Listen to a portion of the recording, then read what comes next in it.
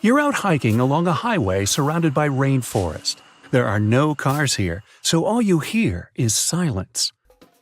The sky is thick with clouds. Now it starts raining heavily. As the first drops fall to the ground, you can hear a strange clicking-like sound coming from far away. The rainforest seems to have come to life. The bushes and tree branches are slightly trembling. It feels like an earthquake. At this moment, the red crabs start running out of the forest. It looks like a red blanket moving towards the road. This blanket consists of hundreds of millions of red crabs. This phenomenon occurs every year on Christmas Island in Australia. Crabs fill all the roads. It's impossible to move by car or foot at this time. It's like a huge stream of a river that demolishes everything in its path. About 100 million crabs are trying to achieve their main goal in life – to reach the shore alive. For most of their lives, red crabs hide in burrows, in deep crevices of rocks. They stay there for almost a whole year, eating fruits, berries, fallen leaves, and other organic things. They try to live in damp, dark places to keep their body moist. Then the dry season ends. In October or November, when the rainy season starts, the crabs come out of their houses and make a journey of several days. They are guided not only by the rain, they come out of their burrows at a certain phase of the moon. A little later, you'll find out why they need it. In several days, male and female crabs migrate to the coast of the Indian Ocean, and now they are finally in place. Here they produce their offspring. All males begin to dig deep burrows on the shore. In these holes, the females will hatch their eggs. When the male crabs finish their job and pits are ready, they go back to the rainforests. The females begin to hatch the eggs. It takes 12 to 13 days. Then the crabs take their eggs and bring them to the water. They reach the shore and release their eggs into the water. The phase of the moon now plays an important role. The moon creates an indirect tide, making it milder than usual. This helps to give the offspring a better chance of survival. The eggs of the red crabs have hatched, and small larvae move to the sea. Within a month, they go through several stages of development and take the form of a tiny transparent crab, similar to a shrimp. These tiny creatures are called megalopae. They accumulate in puddles near the shore in this shrimp form. There, they grow the first layer of shell and go deep into the land to look for a safe place. They grow up and wait for the rainy season to run back to the shore and produce offspring. To keep the crabs safe, people close roads in those places where migration occurs. Welcome to the French island of Réunion, located in the Indian Ocean, 430 miles east of Madagascar. The magnificent shore, a stunning coral reef, golden sands, and green jungle. For a long time, this island was considered one of the best places for surfing. But then, it turned into one of the most terrible and dangerous places on Earth, and sea creatures are to blame. Throughout the island, you can see signs saying that swimming and surfing outside the Coral Lagoon are prohibited. This island has become famous all over the world because of the frequent shark attacks. You can dive into the water near the island and immediately feel like prey. From afar, you notice several fins. They belong to some of the most aggressive and dangerous sharks in the world, bull sharks, and they are approaching you. In the beginning, it may seem they are slow, but they deliberately create the illusion of sluggishness to make the prey relax. At the right moment, they become agile and fast. They are called bull sharks because of their short, flat face, similar to a bull. Their bodies are strong and tough. These predators like to push their heads and hit their prey or other sharks with their noses. From the 80s to the present day, more than 50 shark attacks on humans have been recorded. During this time, the probability of a shark attack on a person has increased almost 23 times. Scientists still don't know the exact reason for these incidents. It's possible the number of sharks has increased, leading to a lack of food. Therefore, sharks eat anything and see people as lunch. Another theory says the water temperature has changed, and sharks feel comfortable swimming in this region. But the most interesting hypothesis is related to the volcano. Réunion is a volcanic island. Because of the ground fluctuations, large parts of the rockfall from the slope of the volcano end up in the ocean. This makes the water cloudy, and such conditions are ideal for marine predators. No, I'm not swimming there. The next island we're going to visit also looks peaceful, but is way more dangerous than Shark Island. We're moving to Brazil. The small green island is located 25 miles off the coast of this country. There are no people here. It seems completely uninhabited at first glance. However, you can see traces of modern humans. The old lighthouse. It's been abandoned for a long time. Sometimes the Coast Guard comes to the lighthouse to check if everything is okay and if there are no strangers on the island. People are forbidden to set foot in here for their own good. The only inhabitants of the island are snakes. This piece of land is home to about 4,000 species of these reptiles. They hang on trees and crawl on the ground. Snakes have no enemies in their home, and they feed only on birds that visit the island for recreation during a long flight.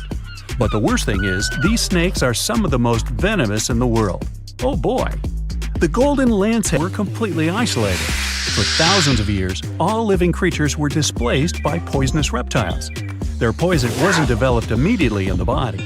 Evolution has given them this to hunt birds. They can catch prey with one bite. There is a legend that a pirate arrived on the island a long time ago to hide a treasure. He put the chest in the depths of the island and settled snakes here so they would scare away anyone who wanted to find the treasure.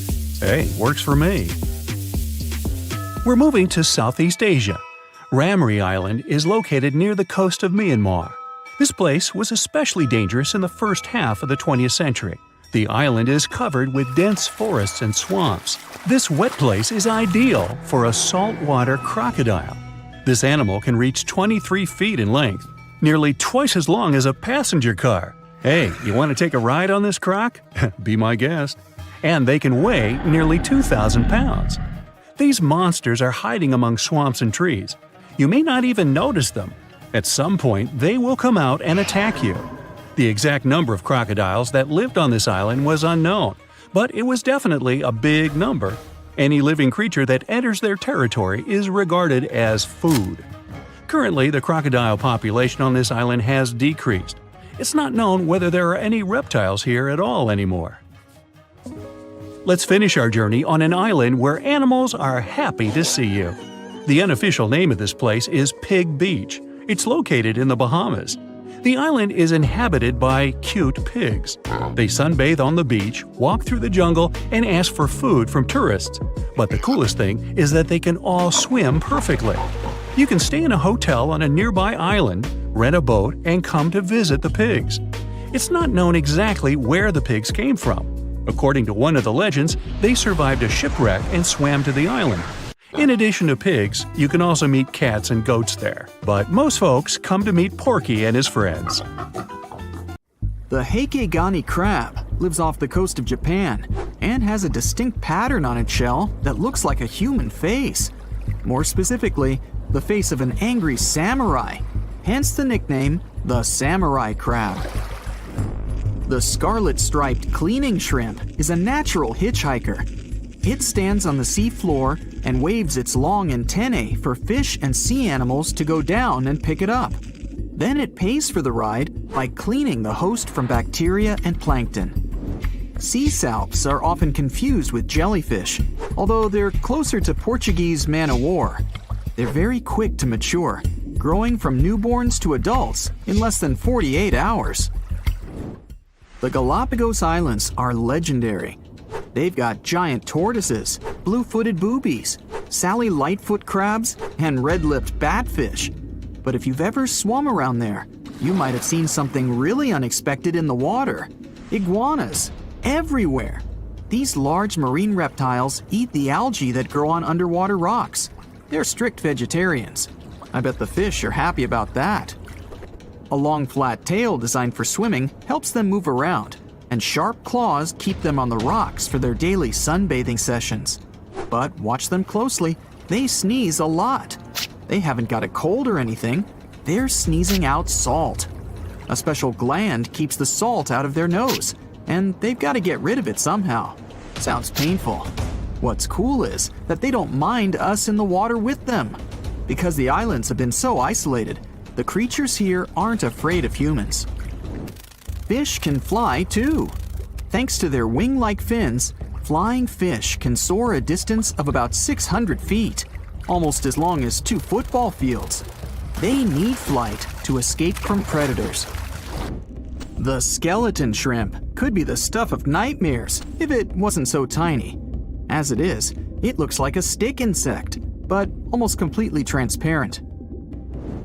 This creature looks more like a fish from a horror movie than from Earth's oceans. The sea devil anglerfish resides at a whopping depth of 3,200 feet and has no shortage of weird features: razor-sharp teeth, a misshapen body, and an unsettling stare. But perhaps the creepiest thing about the sea devil anglerfish is the way it catches its prey. It has a fishing rod type appendage on its forehead that has a glowing light attached to the end to attract animals. Once these animals come close enough to the light, bam, they're captured by the sea devil's massive jaws. These guys are even capable of eating prey larger than they are, so their eyes aren't bigger than their stomachs. Starfish can cover their prey with their stomachs and eat it outside its body. Then, they simply bring their stomachs back inside. Well, that's handy.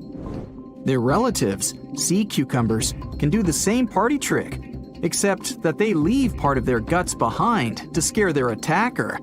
It's okay, the missing parts quickly grow back. Cockatoo squids, or glass squids, are a large genus whose members can reach quite impressive size.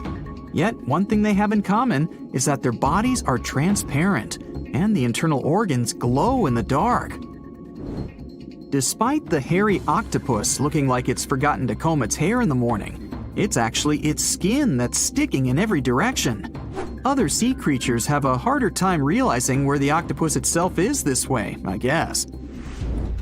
The hairy squat lobster lives in reefs, hiding from its enemies in crevices. If you're lucky to see it, you'll instantly notice the drastic difference between its whitish hairs and vibrant pink and violet claws. If you step on a sea urchin, you're gonna know right away. Look at those spikes. While they're not aggressive, they've got a great defense going against any creature that wants to eat them. Venomous spikes and a poisonous bite. Pick your poison, literally. They live in all the oceans of the world, so avoiding them is out of the question. They mostly hang out in shallow water, hiding in rock pools and reefs. So unmindful people step on them a lot.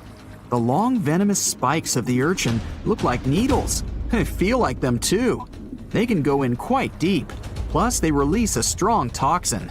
So, what's the cure? Remove the spikes quickly and wash with salt water.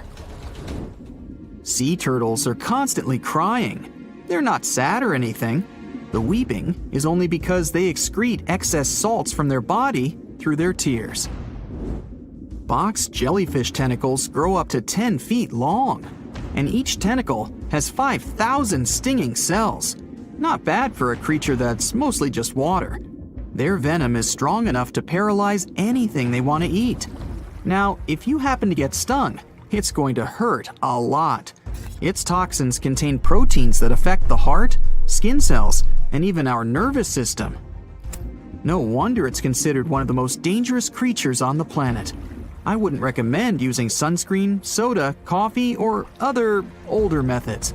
They don't work. Your best bet is some good old-fashioned seawater. Looks like jellyfish are the rulers of the ocean, not sharks. The margin sea lizard isn't an actual lizard. It's a kind of sea slug that dwells close to the water surface.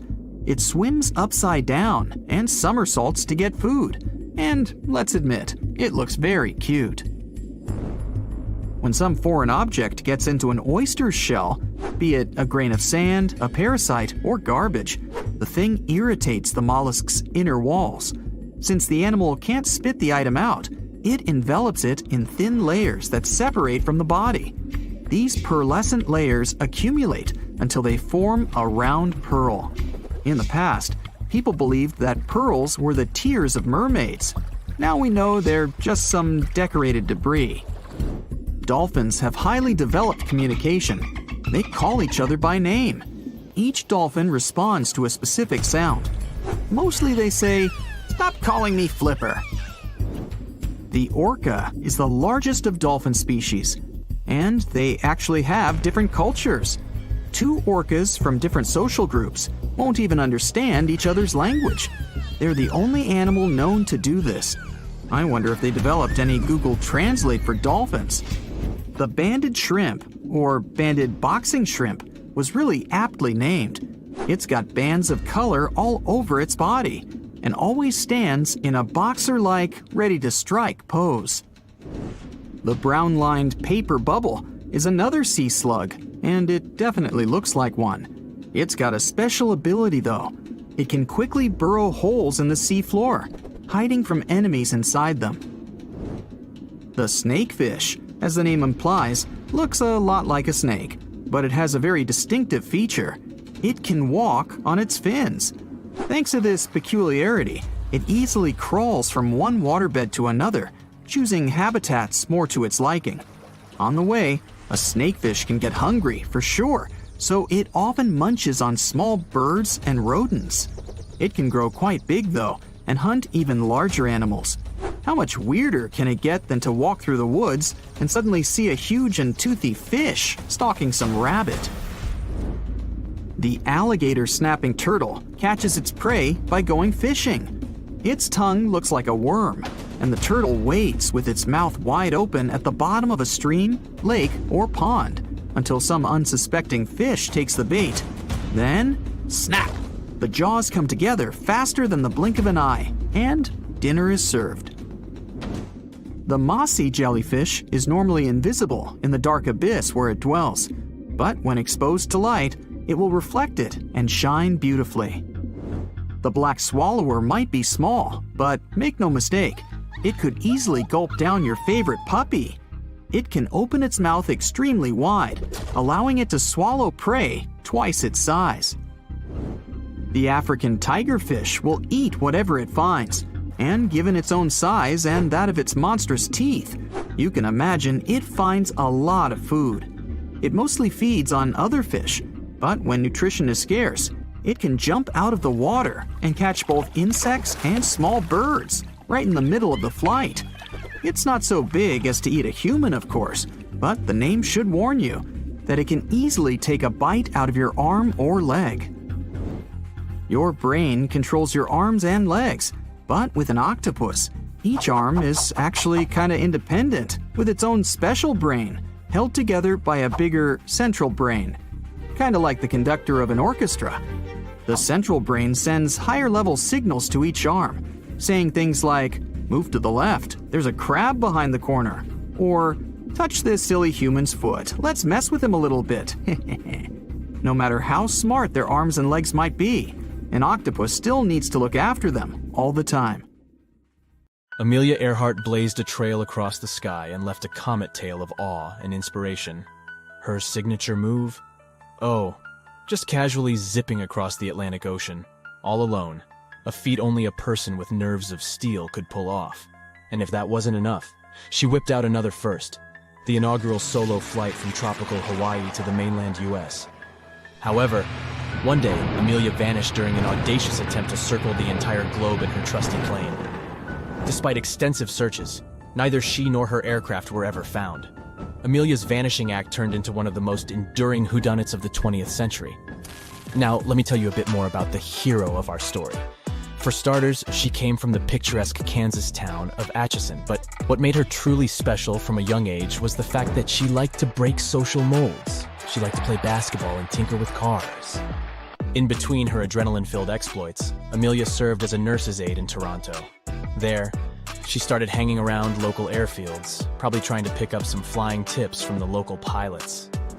Returning to the US, Amelia dipped her toes in pre-med at Columbia University, but traded her textbooks for a pilot's jacket after a thrilling airplane ride with a veteran pilot in 1920. That was the hook. Amelia became irreversibly smitten with the sky. Learning to fly was no small feat, but Amelia was up for the challenge. She enrolled for flying lessons soon after. To fund her high-flying dreams, Amelia got down to earth, slogging away as an administrative clerk in the city of Los Angeles. After scrimping and saving, she finally bought her own set of wings, a bright yellow plane, which she lovingly dubbed the Canary. After her flight test in 1921, she managed to snatch her first flight exhibition, wowing the crowds in Pasadena, California. When it came to setting records, Amelia was a master. She flew solo at amazing heights, a feat no woman had achieved before at that time. Next, she made a solo transatlantic flight, making landfall in a cow field in Northern Ireland. Despite her individual success, Amelia wasn't one to hog the limelight. She actively worked to bring more women into aviation. For this, she co-founded an organization dedicated to the promotion of female pilots. Today, this group still champions women in aviation across 44 countries. By 1937, Amelia was itching for another adventure. She planned a spectacular eastbound flight around the world, aiming to be the first pilot to pull off this celestial showstopper. Taking off from Oakland, California, she aimed to encircle the globe like a hawk circling its prey. This time she had a sidekick, a navigator named Fred Noonan. The duo blazed a trail from Miami to South America, across the Atlantic to Africa, then to India and Southeast Asia. A tragedy struck. Amelia and Fred never made it to one of their refueling stops at Howland Island. Their last radio contact with the U.S. Coast Guard was enigmatic, to say the least. After U.S. officials greenlit a massive search, the world waited. Sadly, after 2 weeks of suspense, Amelia and Fred were declared lost at sea. Ever since, countless theories have bubbled up about their fate. The official verdict is that the pair were lost in the Pacific Ocean. This theory suggests they finished up all their fuel while searching for Howland Island and plunged into the vast ocean. Over the years, various well-equipped expeditions have tried to locate the wreckage near Howland, but alas, the ocean isn't spilling the beans. There's another intriguing theory, the Gardner Island hypothesis. Some folks reckon Amelia and Fred landed on Gardner Island, now named Nikumaroro, in the Republic of Kiribati, which was a long distance off their course. Though search planes saw signs of recent activity on the island a week after Amelia's disappearance, they found no trace of the plane. This theory, however, strongly suggests that Amelia and Fred ended up as castaways on the island and eventually met their end there. Some evidence supporting this includes artifacts like a piece of plexiglass, a woman's shoe, improvised tools, and a cosmetics jar from the era, even some suspicious bones. But despite expeditions and sniffing border collies, no conclusive proof has emerged. Now, what do Godzilla-sized crabs have to do with Amelia Earhart's disappearance? It turns out that these quirky creatures might possibly hold the keys to one of history's greatest unsolved mysteries. These ginormous creatures, the coconut crabs, would make you think twice before you dismiss anything as too large. They tip the scales at a whopping 9 pounds and can stretch out to a startling 3 feet. To put it simply, they make your average pug look like a snack. This theory takes us back to that tiny island in the Pacific, where Amelia supposedly made a pit stop but left no trace, Nikumaroro. When people went looking for clues regarding the famous aviator's disappearance, one rule was drilled into their thoughts. Watch out for those monster crabs. Their pincers can really pack a punch. By day, our explorers could easily steer clear of these hard-shelled creatures. They'd find the crabs lounging under the lush coconut palms, or maybe enjoying the breeze among the branches of the trees. Yes, you heard right. These critters are also good at climbing. But when the sun sets, well, that's when things get crabby. Those courageous explorers quickly learned that sleeping off the ground was essential unless they fancied a late-night claw massage. You see, these jumbo crabs are like the leading actors in this theory about what happened to our heroine Earhart and her navigator. According to this hypothesis, when the aviators missed their mark at Howland Island, they improvised a landing strip on Nikumaroro's reef. The plane eventually wandered off. Planes do that sometimes, you know, leaving Earhart alone on the island. Well, alone except for our mighty crustacean friends. By the 1940s, people had set up shop on the island and a chap unearthed some bones. However, he managed to find only 13 of them out of a possible 206, the total amount of bones in a human body. So, where did the rest of them go? You guessed it. Our robber crabs might have fancied a little midnight toy. Evidence indicates that the crabs have a tendency to clean up the island by dragging stuff back to their cozy burrows. Over the years, multiple experiments have been conducted to verify if these crabs have a peculiar hobby of bone collecting. In one such study, they introduced some bones to the island and kept their eyes peeled. Within a fortnight, the crabs had made a buffet out of it. In another exciting chapter, our researchers brought dogs from the Canine Forensics Foundation to give the area around a wren tree a good sniff.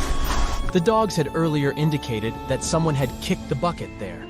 Despite their best efforts, they couldn't find any bones, but they're still hopeful. After all, if history has taught us anything, it's to never give up. These theories at least have some science to back them up. But as with many famous disappearances, there are also juicy ones. Was Amelia captured by someone? Were she and Fred secret spies who returned to the US under new identities? One of the craziest theories was neatly packaged in a book called Amelia Earhart Lives. The author put pen to paper and argued that our beloved Lady of the Skies didn't just vanish into thin air. Instead, she pulled a Houdini. And here's where things get extra zesty. According to this book, Amelia was nabbed by a foreign government. Thankfully, US officials came to her rescue. After a heroic effort, they transported her into the most clandestine relocation program ever. Her new identity?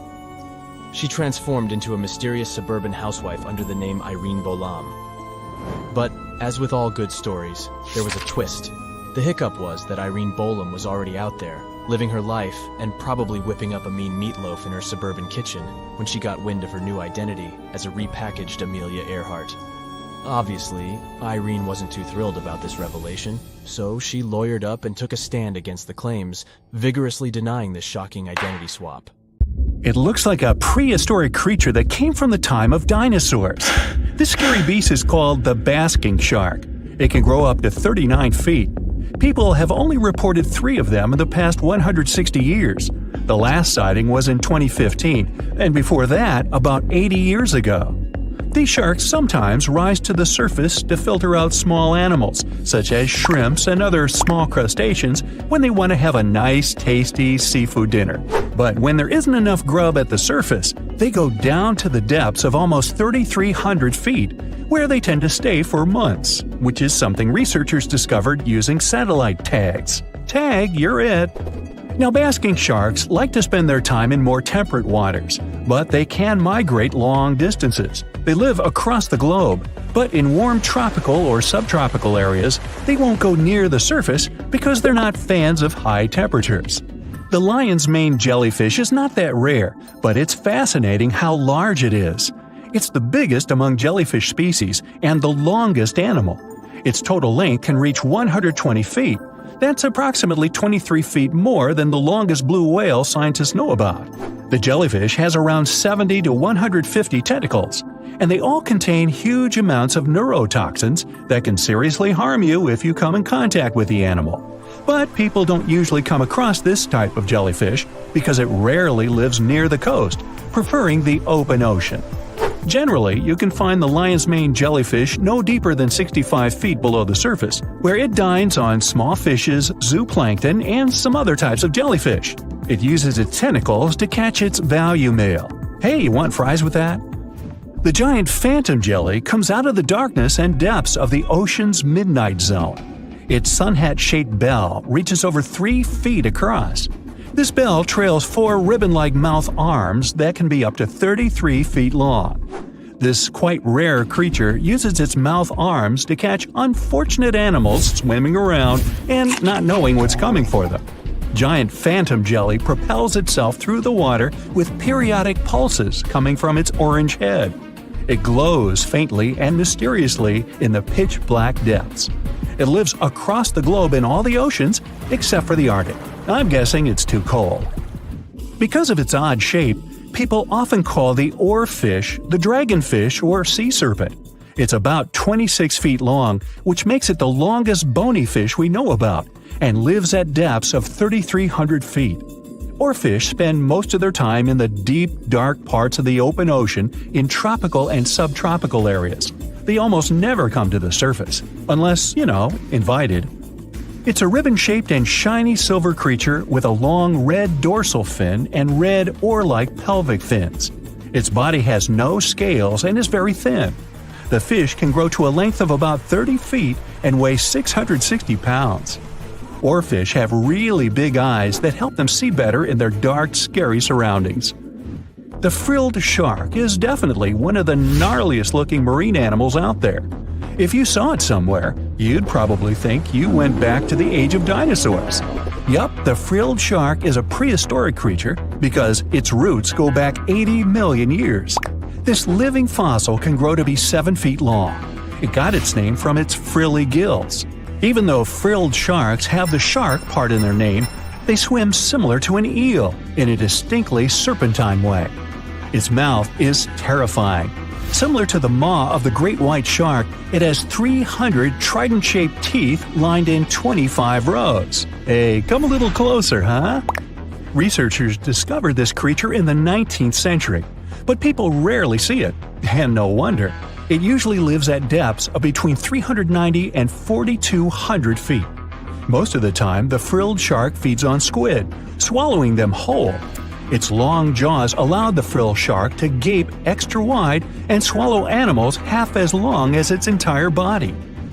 Goblin sharks are very rare. Researchers have spotted fewer than 50 of them in more than 120 years. But maybe that's for the best, since we're talking about a pretty scary fella with a narrow snout and sharp teeth. It's also capable of thrusting its entire jaw outward when it wants to catch something. Sounds familiar. As it's lurking through the dark depths of the ocean, a goblin shark sees a small squid that looks quite yummy. The dangerous animal inches toward the squid. When the poor creature notices the predator, it tries to dart away, but it's too late. The shark has already thrust its jaw the whole 3 inches out of its mouth. This jaw is connected to the flaps of skin the shark can unfold. This helps a lot because the goblin shark is a sluggish animal, so it's pretty hard for it to chase its food. After finishing its lunch, the goblin shark puts its jaw back in its mouth and swims away as if nothing's happened. Goblin sharks mostly live at the bottom of the ocean. Like many other shark species, they prefer swimming alone. Here's a silver-colored creature with very rough skin. That's the ocean sunfish, with a total length of almost 11 feet. Its other name is mola. The ocean sunfish is the heaviest of all bony fish out there. People sometimes call it a swimming head because of its bizarre appearance. These creatures have such a weird shape because they're born with a back fin that never actually grows.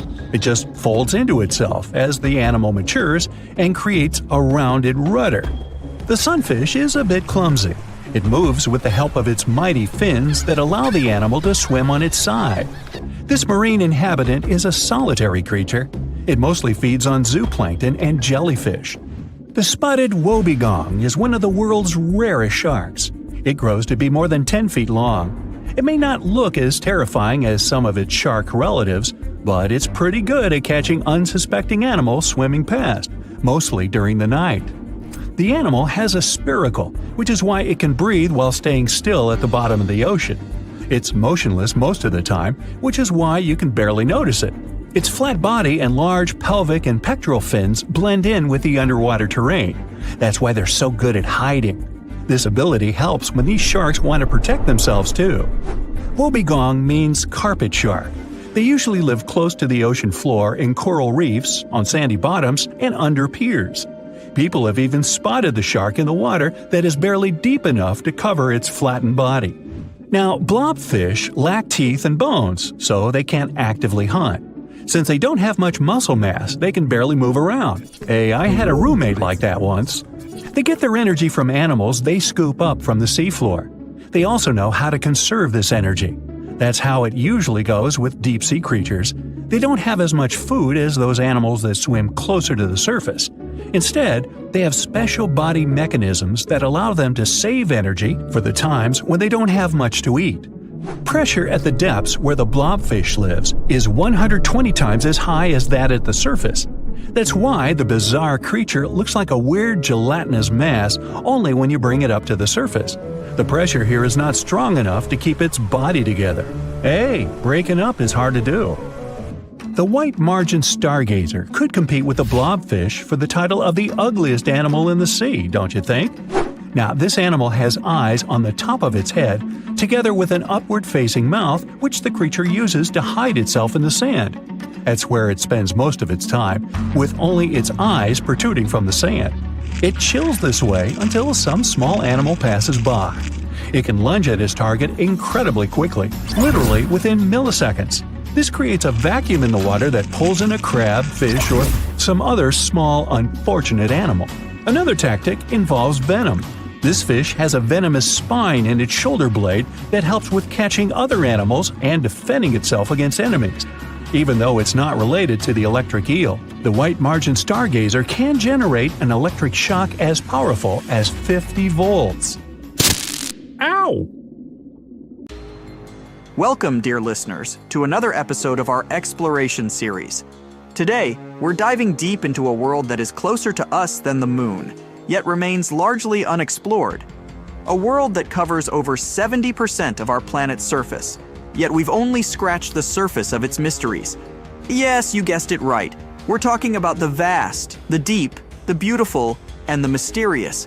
Our oceans.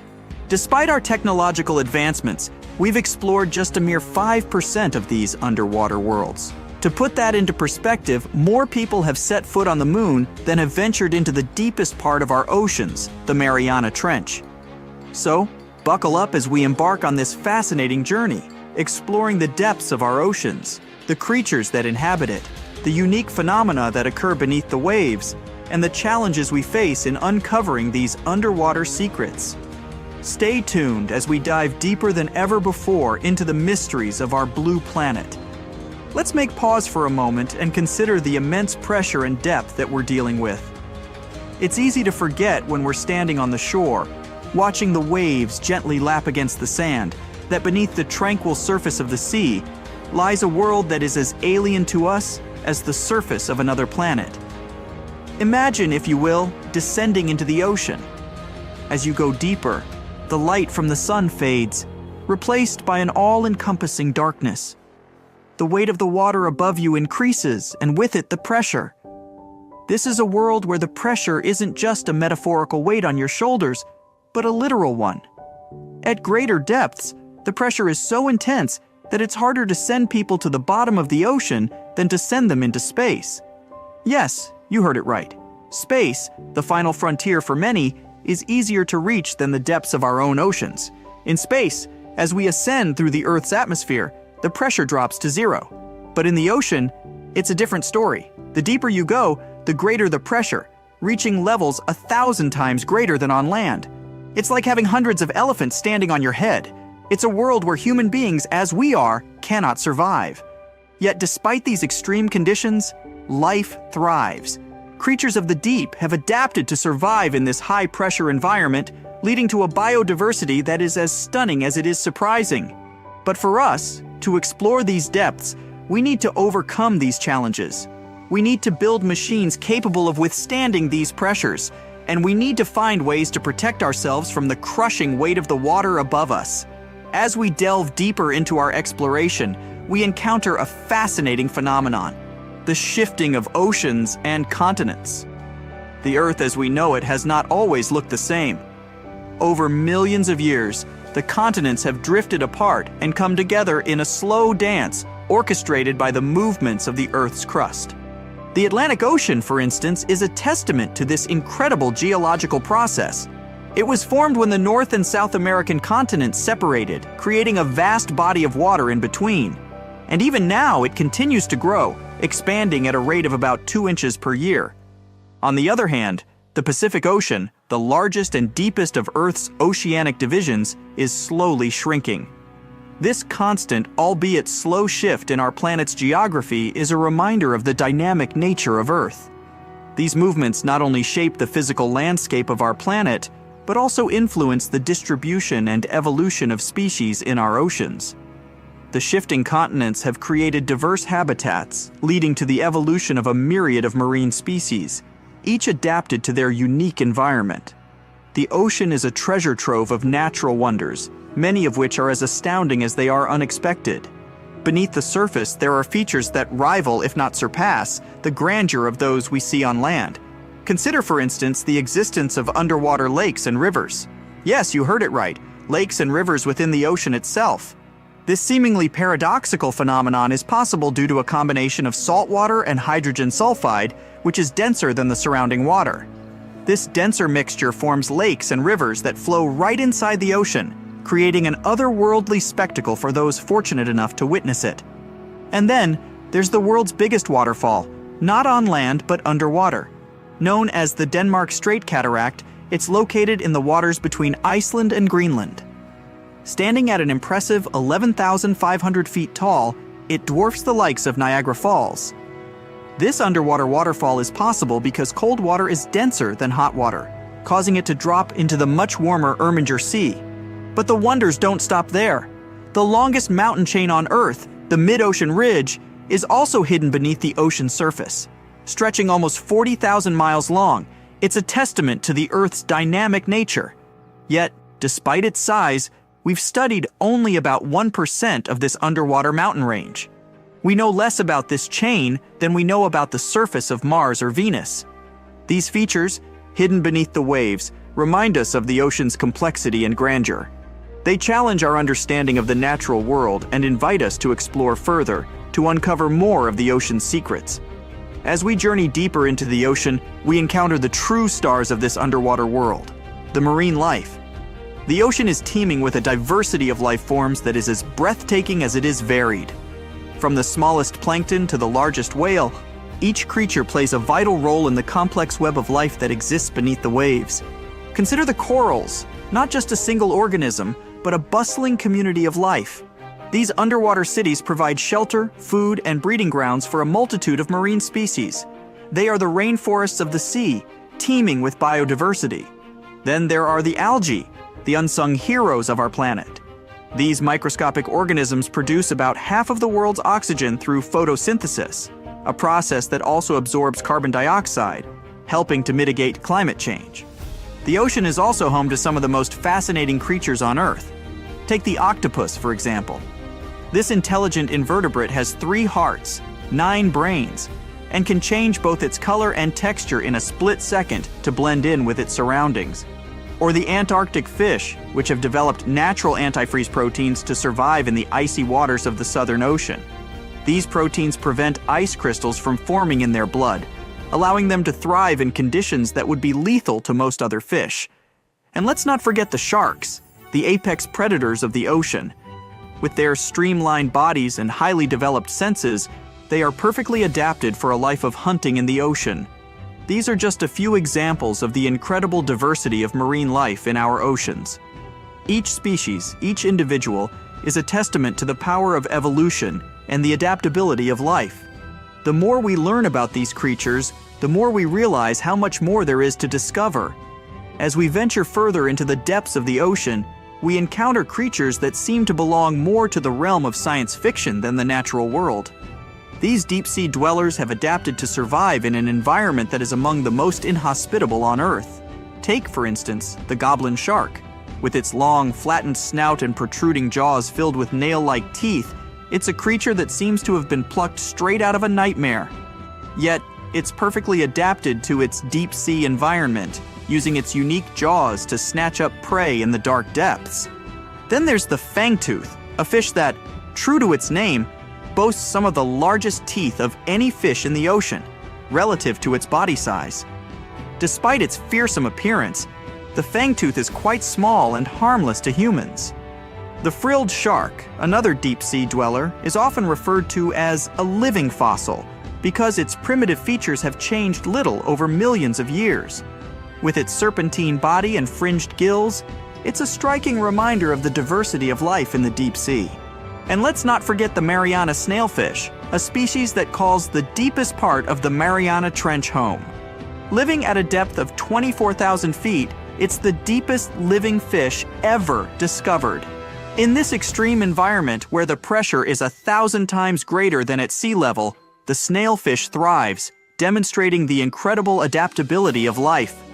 These deep-sea creatures, with their alien-like appearances and incredible adaptations, challenge our understanding of what life can endure.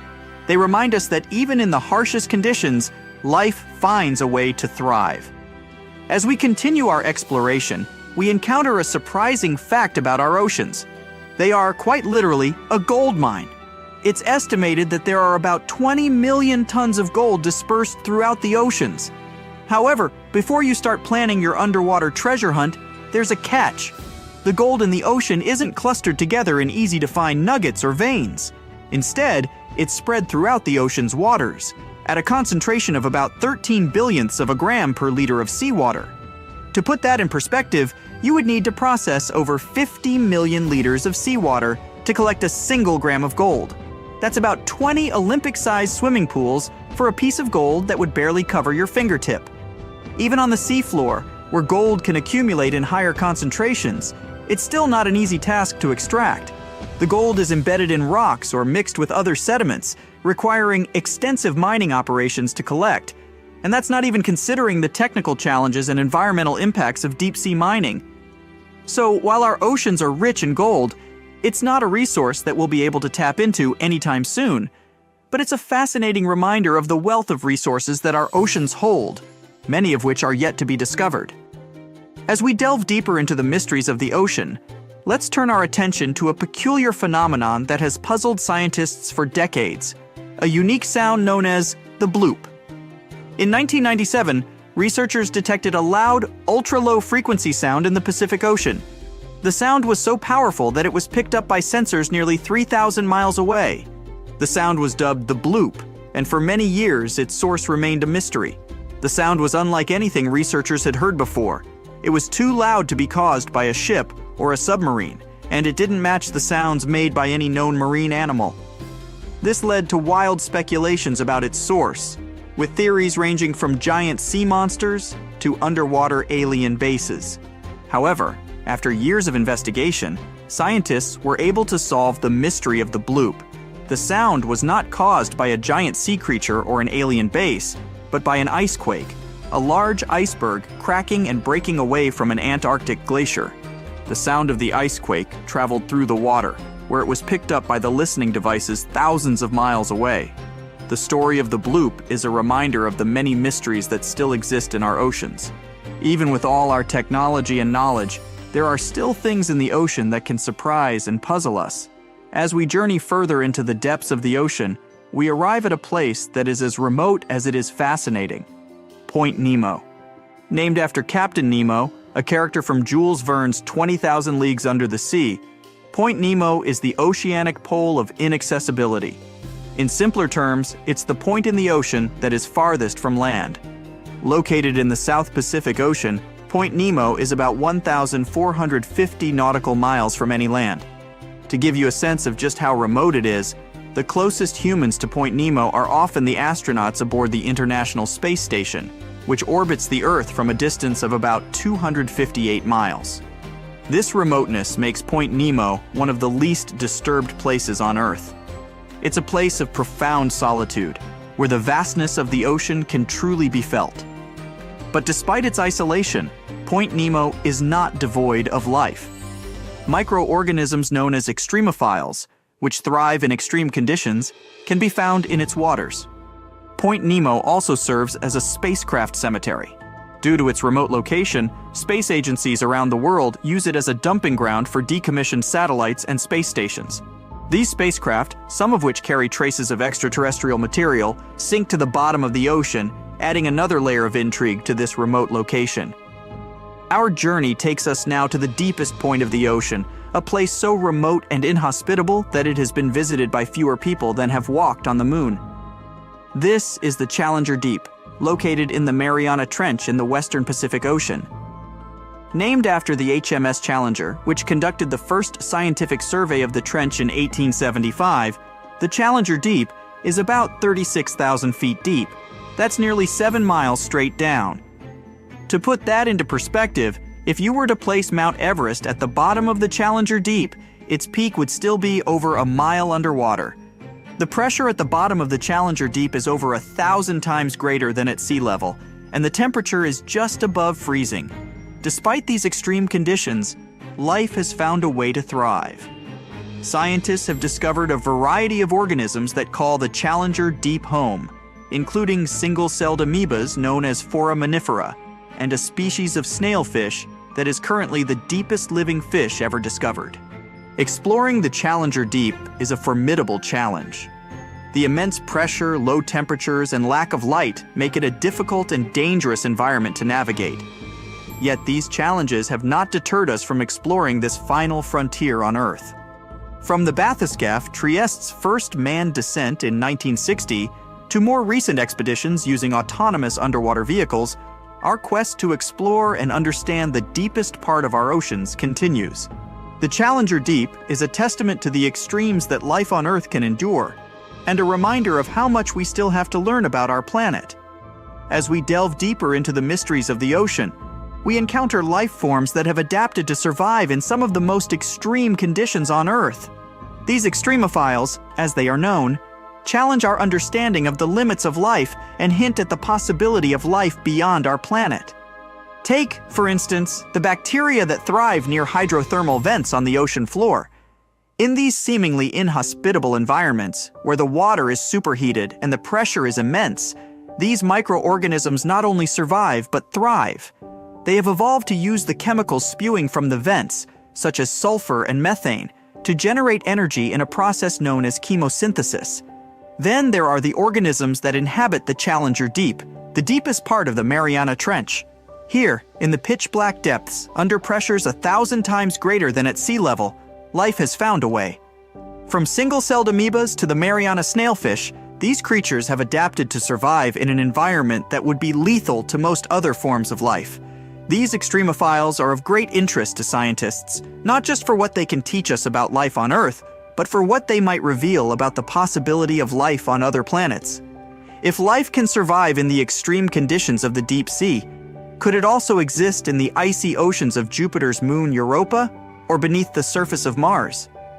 As we continue our journey through the depths of the ocean, it's important to acknowledge the tools and technologies that make our exploration possible. These devices, designed to withstand the extreme conditions of the deep sea, allow us to venture where humans cannot go, revealing the mysteries of the ocean to us. One such tool is the deep-sea submersible. These vehicles, which can be manned or unmanned, are designed to withstand the immense pressure of the deep sea. They are equipped with strong lights to illuminate the dark depths and cameras to capture images and videos. The bathyscaphe Trieste, which reached the bottom of the Challenger Deep in 1960, and the Deep-Sea Challenger, which made the same journey in 2012, are examples of manned submersibles. Then there are the remotely operated vehicles, ROVs, which are controlled from a ship on the surface. ROVs can stay underwater for much longer than manned submersibles and are often used for detailed scientific research and exploration. They are equipped with robotic arms to collect samples and high-definition cameras to document their findings. Autonomous underwater vehicles, AUVs, like the Nereus, are another important tool for deep-sea exploration. These vehicles can operate without a tether to the surface, allowing them to explore areas that are difficult to reach with other methods. They use advanced navigation systems to move through the water and can be equipped with a variety of scientific instruments to collect data. These tools, along with advancements in sonar mapping and satellite technology, have revolutionized our understanding of the ocean. They have allowed us to explore deeper and with more precision than ever before, revealing a world that was once completely hidden from view. As we draw our journey to a close, we are left with a sense of awe and wonder at the vastness and complexity of our oceans. We've journeyed from the sunlit surface to the darkest depths, encountering along the way a world teeming with life and filled with mysteries yet to be solved. We've learned about the immense pressures and low temperatures that characterize the deep sea, and the remarkable creatures that have adapted to survive in these extreme conditions. We've discovered underwater lakes and rivers, the world's biggest waterfall and the longest mountain chain, all hidden beneath the waves. We've marveled at the diversity of marine life, from the smallest plankton to the largest whale, and the crucial role they play in our planet's ecosystem. We've also learned about the challenges we face in exploring this final frontier on Earth. The deep sea is a harsh and unforgiving environment, and it takes a great deal of ingenuity and courage to venture into its depths. But as we've seen, the rewards are well worth the effort. Each new discovery brings us closer to understanding our planet and our place in it. As we conclude this journey, let's remember that our exploration of the ocean is far from over. There are still many mysteries to unravel, many species to discover, and many challenges to overcome. The ocean, with its vastness and depth, reminds us of the infinite possibilities that await us. It invites us to keep exploring, to keep learning, and to keep marveling at the wonders of our blue planet. Thank you for joining us on this journey. Until next time, keep exploring, keep questioning, and keep marveling at the wonders of our world.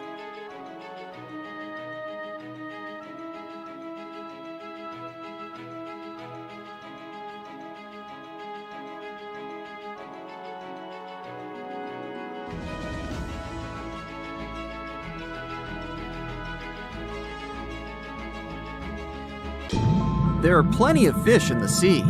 Some of them look totally like Nemo or Dory. Then there's the butterfly fish and fancy guppy, which is indeed really fancy. And then there's... What on earth is that? I would definitely not pay for a diving experience to see this guy. The anglerfish has the unofficial title of the ugliest animal in the world, but I wouldn't dare to break that news to it. There are more than 200 species of anglerfish currently swimming somewhere in the gloomy depths of the Atlantic and Antarctic Oceans, up to a mile below the surface. Some of them prefer different living conditions, the shallow tropical environments. Different kinds of anglerfish vary in shape and size, from the famous black sea devil to frogfish, monkfish, footballfish, goosefish, batfish, and sea toad. The larger ones can be half as long as a full-sized bed, but most are less than a foot long. Since the choice of meals where these guys live isn't that huge, they had to come up with a unique hunting strategy. They don't waste their priceless life energy on following prospective prey. Instead, they use a piece of dorsal spine that sticks above their mouths like a fishing pole, hence the name of the fish. There's a sac of bioluminescent bacteria that glows brightly in the dark at the end of that rod. The light lures prey, and all the anglerfish has to do is wait, and then enjoy its lunch delivered right to its mouth. Their bodies are pliable and huge, so they can easily swallow prey twice their size. Deep-sea anglerfish eat whatever they can find. Species that live in more shallow water aren't picky either, and can eat anything from shrimp to snails and small fish. Only female anglerfish have the cool fishing rod feature though. So what about their males? Finding a soulmate deep under the sea isn't that easy. I mean, literally, there's no light down there. Plus, there are frigid temperatures and low oxygen levels. Anglerfish can't afford to go on many dates in those conditions, so they mate for life. And before you go aw about it, I have to tell you, they do it in quite a special way. Male anglerfish are much smaller than their ladies. The contrast is so striking that when researchers first got interested in their love life, they thought those males were actually the offspring, or larvae, hanging out next to their moms. Certain anglerfish male species have receptors that alert them that there's a female nearby. After they mate, the male bites into his woman and stays attached to her head, belly, near her tail, and other areas he can access. While they morph together forever, the female fish gets the male's cells, DNA, and reproductive organs, but loses her immune response cells. The male gets free permanent housing and nutrition. Given the current real estate prices, it sounds like a dream. But that accommodation is shared by up to 8 males, and they can't move out if they ever feel like it. You're unlikely to meet this deep-sea fish in real life, but if you meet an anglerfish in your favorite video game, remember that you can easily outswim it and make it kinder to you with tranquilizing arrows. Once you befriend it, the anglerfish can be your scout and help you discover new areas with its bioluminescent pods. Back in the real world, down in the twilight zone of the ocean, about 650 to 3,300 feet down, the anglerfish isn't the only creature you're lucky you'll probably never meet. Many of the locals look like they come straight out of science fiction or horror movies, but that's because they had to adapt to this dark, deep world. I did my best to get you prepared for the creatures you're going to meet, starting with the common fangtooth. They spend most of their lives deep down, but at night, they move toward the surface to snack. These guys are more active than most other deep-sea dwellers. They don't wait for food to come their way, but actually follow it, and then get it with their long, hungry teeth.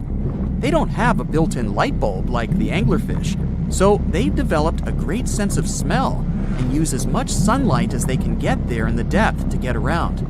Sometimes, even the shadow of a passing by prospective prey is enough for them to switch to action mode. And though they don't look too charming, they're completely harmless to humans if you ever run into one of these guys. Stoplight Loosejaw sounds like a great name for an alternative band. But it's actually another deep-sea resident with sneaky hunting habits. It has special light-producing photophores under each eye. They emit green and red light like a stoplight, hence the name of the fish.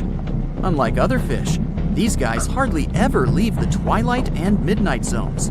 Their lower jaw is a quarter of the total body length, and the stoplight keeps it open all the time, hoping to get some lunch. It looks like a ferocious predator, but mostly prefers zooplankton, with an occasional dessert of shrimp, krill, and fish. I'm sure you didn't expect to meet a hybrid of an eel and a bird, but here it is! The slender snipe eel has a beak, much like that of a bird, with curving tips. The beak is equipped with tiny hooked teeth that the eels use to catch the antennae of delicious shrimp. And it sure is slender, stretching up to 5 feet and weighing only a few ounces. Scientists don't know all of this guy's secrets, since it's pretty tricky to study in their natural habitat. But it looks like they only produce offspring once in a lifetime, and then pass away. Glass squids like to take it easy in life and literally go with the flow. They're filled with a solution which is lighter than water, so they don't have to make any effort to move around the deep sea looking for food and partners. These creatures are transparent, so they blend into any landscape and don't even cast a shadow while moving. Talk about a great survival tactic. If danger finds it anyway, it can transform into a lumpy ball, pushing its head and tentacles into its mantle cavity. It can also release ink into the mantle and go from transparent to black. The same ink can protect it against hungry whales and seabirds. Another tactic they use to scare off predators is to activate their light-emitting organs around their eyes. I'm getting hungry. Maybe I can snack on this sea cucumber. Ouch, it's moving! So I guess it doesn't belong in a salad after all. These soft-bodied fellows live in all parts of the ocean, from shallow waters to the deep underwater world. Most of them slowly move around with their tiny feet, but some crawl around by flexing their bodies. Sea cucumbers can shed their internal organs when there's a predator approaching. Those sticky organs distract the intruder, and the happy cucumber moves on and just grows the organs back. What's that glistening in the distance? Looks like someone dropped gems in the water. That's a sea sapphire, also known as the most beautiful animal you've never seen. Some males of this type of copepod can change color from deep blue to purple, red, or gold. 1 second later, it's gone. And it's back, shimmering bright. The secret to this magic is that their bodies are transparent and reflect light differently at certain angles. It looks like it's their way of communicating between each other and attracting mates. Female sea sapphires don't have the same superpower, but their eyes are bigger compared to males, probably to spot them from a distance. Males roam wild and free, and their ladies stay in the crystal palaces of strange barrel-shaped jellies called salps. Well, hey there. We dive back in time and into the oceans over 500 million years ago. Just, because we can. Whoa, watch out. It's not megalodon or giant sea reptiles you need to look out for here. It's a bizarre, unearthly-looking creature called Anomalocaris. The name means unlike any other shrimp. And I think you'll agree, it looks like a nightmarish cross between a shrimp and a modern-day centipede. 2 tentacles protruding from its face, each lined with razor-sharp teeth. Oh yeah, and this thing was about the size of your leg. With a wave-like movement of the flaps on each side of its body, it was graceful for a terrifying creature. It was also more advanced than any other life on this planet at the time. Especially those huge eyes. You have only 1 lens in each of yours. This giant shrimp had 16,000. That's 4 times more than a common housefly. And you know how good their vision is. Good enough to dodge that swatter every time. All this allowed Annie to become one of the first animals on this planet to feed on others. Yep, here it is. Earth's first hunter. Its favorite meal? Trilobites. Hey, try a bite. Those are the ancient ancestors of crabs. Some of their fossils have marks on them in the same shape as the monster shrimp's mouthparts. Terrors of the past like this got to be so giant thanks to more oxygen in the atmosphere. A perfect example of this, Meganeuropsis. Imagine a dragonfly. Now make it as big as a cat, and with a wingspan longer than your arm. Megan, the monster-sized dragonfly, could easily grab other insects or even small animals, and she ruled the air with quick movements. Back then, there were still no large birds or other airborne enemies for this behemoth bug, so it was safe and free to grow as large as this planet would allow. Piranhas of the past were also jumbo-sized. Mega piranha was about 3 times the size of the river terrors we have today. Its bite force was about the same as a tiger's, and those striped kitties bite down 2 times harder than lions. That means it probably not only dined on other fish and any land creatures that, got too close to the water, but it could also easily crunch down on large turtles and other unlucky shelled creatures. And fun fact, modern-day piranhas bark like dogs when they're about to enter a confrontation. It actually sounds more like a frog's ribbit. But makes you wonder, what did this mega-sized ancient cousin sound like? A bear roaring? How about giant sea scorpions the size of your bed? Go back about 460 million years and you'd see them swimming under you. And watch out for that tail. Scientists still don't know if these creatures could use it to inject venom like your standard land scorpion, but something tells me I wouldn't want that thing anywhere near me. Then there's this guy, Therizinosaurus. Terry looks sort of like a goose with long arms. Oh, and did I mention this goose dino is about 2 stories tall and longer than a bus? Yow! Its arms make the T-Rexes look even more bite-sized, each 8 feet long, almost triple the length of T-Rexes. And on the end, razor-sharp claws the size of your whole arm. Now, don't worry about those lengthy claws too much, though. Terry probably used them to cut through giant termite nests. So, this huge reptilian goose was more interested in eating bugs and plants. Another mega monster for you, Megatherium. The giant ground sloth could look a giraffe straight in the eye and weighed as much as a hippo. It moved mainly on its hind legs and used its massive tail as support. He had huge paws with colossal knife-sized claws. The sloth could use them to defend itself from enemies and to bend tree branches in search of food. But the biggest danger to the giant ground sloth wasn't dinosaurs or saber-toothed tigers. It was our own species. Yep, humans showed up just in time to meet this fellow and to, eat him up. Titanoboa was a terrifying 50-foot snake, as long as the great megalodon itself. It was also more than 2 times heavier than the heavyweight champion among snakes today, the green anaconda. Crocodiles were a regular on this serpent's menu. Titanoboa could swim 3 times faster than the fastest Olympic swimmer our species has ever seen. It was quicker and more dangerous in the water than outside it. And don't forget the boa part of its name. This massive snake wasn't venomous. Instead, it liked to squeeze. Remember that giant shrimp from earlier?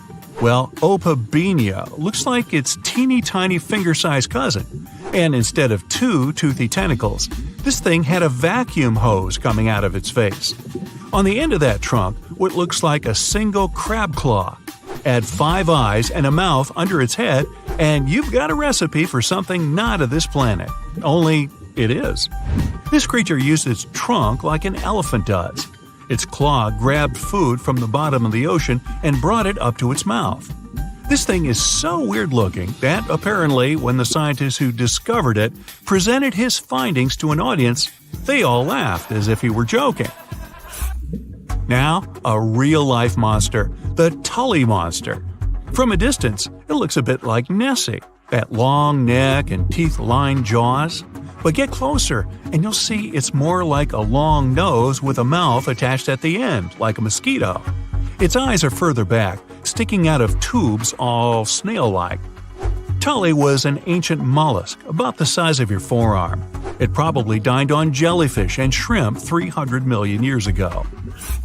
Thylacus smilus will put a smile on your face as long as you don't get too close. No, it's not a relative of the saber-toothed tiger. It was a marsupial, making it more related to a kangaroo than anything. And if you compare them to body size, its fangs were actually longer than a saber-toothed tiger's. And they grew continuously. As for that beard on its chin, that's actually all chin. The lower jawbone grew down to a point under the mouth. Those fangs were rooted to the skull, going way back to its eyes.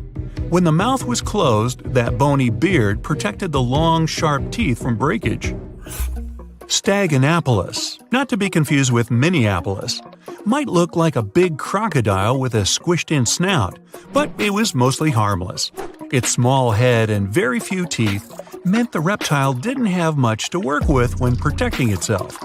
That's what all those armored scales were for, and no need for huge fangs or long rows of razor-sharp teeth when you're a plant eater. That beak-like tip on its nose allowed the stag to dig up plants. So, really, this reptile was more like a 10-foot scaly pig than a croc. Basilosaurus was a type of ancient whale that lived on our planet about 45 million years ago. Not quite as long as a blue whale, but this guy was still big enough to munch down on other whales and even sharks. Some people believe these monsters could still exist today. Eyewitnesses claim to have seen a giant sea dragon, and Basilosaurus fits the description. Plus, 90% of our oceans are unexplored. There's plenty of space to hide a sea monster. But scientists haven't found any fossils of this ancient whale younger than 3.7 million years. So, this myth is busted. Stegosaurus is one of the most recognizable dinosaurs that ever lived. It can easily be distinguished by those huge spikes on its tail and the bony plates on its back. It was twice as long as a giraffe and nearly 5 times heavier. But compared to its body size, it had the world's smallest brain. It was no larger than a dog's. Pelagornis had the largest wingspan of any bird ever discovered. It was twice the size of the largest bird today, the wandering albatross. Such huge wings made it hard for the bird to take off. It could only do so by jumping off cliffs. And when it finally spread its wings, this giant could only go about 40 miles per hour. The fastest bird today can reach speeds 5 times that. You know how they say it's better to just hand over your wallet if you run into a mugger? Instead of surrendering their wallets, sea cucumbers choose to spit out some of their insides to fend off predators like crabs and fish. It's a natural defense mechanism for them, and they quickly grow those organs back in just a few days, thanks to special cells inside their bodies. It's not the only weird thing sea cucumbers do. They can actually breathe through their rear end. They have this thing called a respiratory tree that connects to their backside and sits right next to their intestines. So when they suck in water from their behind, it goes into that respiratory tree, letting them absorb oxygen directly into their fluids. Plus, sea cucumbers are the janitors of the ocean. They munch on whatever gets stuck in the sand on the ocean floor. Once they've eaten, they manage to clean out the sand, leaving it nice and tidy after they do their business. As for the clean sand, the stunning white sand beaches in Hawaii are actually a product of parrotfish number 2. These fish munch on algae from rocks and dead corals, and while they're chomping away, they also grind up the leftover bits of coral in their bellies. When they're done, they move their bowels, and voila! It all comes out as beautiful sand. Not only do they play a vital role in keeping the coral reef ecosystem healthy, but they can churn out hundreds of pounds of this white sand every year. Marine animals are seriously impressive when it comes to holding their breath. Just look at sperm whales and elephant seals. They can stay underwater for a mind-blowing 2 hours. Then there's a Cuvier's beaked whale, which holds the crazy record at almost 4 hours underwater. When you compare that to the human record of 24 minutes and 37 seconds held by pro diver Budimir Shobat, it seems pretty insignificant. But what's the marine animal's secret that helps them excel humans this much? Unlike us, these sea creatures have a ton of hemoglobin and myoglobin in their blood and muscles, allowing them to store way more oxygen. When their oxygen runs low, myoglobin steps up and releases even more. Plus, they can tolerate higher levels of CO2, so they don't feel the need to breathe as quickly. There's even a study that found their myoglobin molecules have a unique charge that keeps them from sticking together, which boosts oxygen storage. And on top of all that, they can slow down their heart rate and restrict blood flow to hang out underwater even longer. Rumor has it that about 540 million years ago, a meteor loaded with frozen octopus eggs smashed into Earth. Sounds like a delirium, but some scientists are entertaining a very questionable idea that octopuses and their cephalopod buddies, like squids and cuttlefish, might actually have some extraterrestrial origins. The thing is, cephalopods have extraordinary DNA that doesn't look like any other DNA on our planet. They've got around 33,000 protein-coding genes in their genome, which is way more than what we humans have. A recent study suggests that their evolutionary story shows some odd traits that might hint at a connection to space, like they could be from some super far-off past, or even the future. The researchers went as far as to claim that modern octopuses could be the descendants of these frozen creatures that hitched a ride on comets and splashed down in our oceans. And why octopuses? Well, they really stand out in the animal kingdom. They can use different tools to build their own houses, and they can even solve everyday problems independently of their brain, as 2/3 of an octopus's neurons are in its arms. These traits seem to have just appeared out of nowhere during evolution. They even tossed around another quirky theory. What if an extraterrestrial virus crashed into early squid populations and gave them a crazy boost in evolution, turning them into the octopuses we know today? Anyways, these are just fun speculations without any hard proof. Now, this funky object is an animal, not a rock.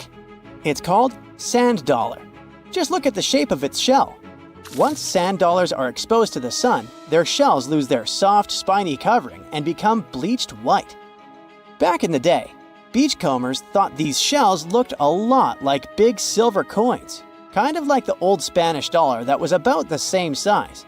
But if you prefer, you can call them sand cakes instead.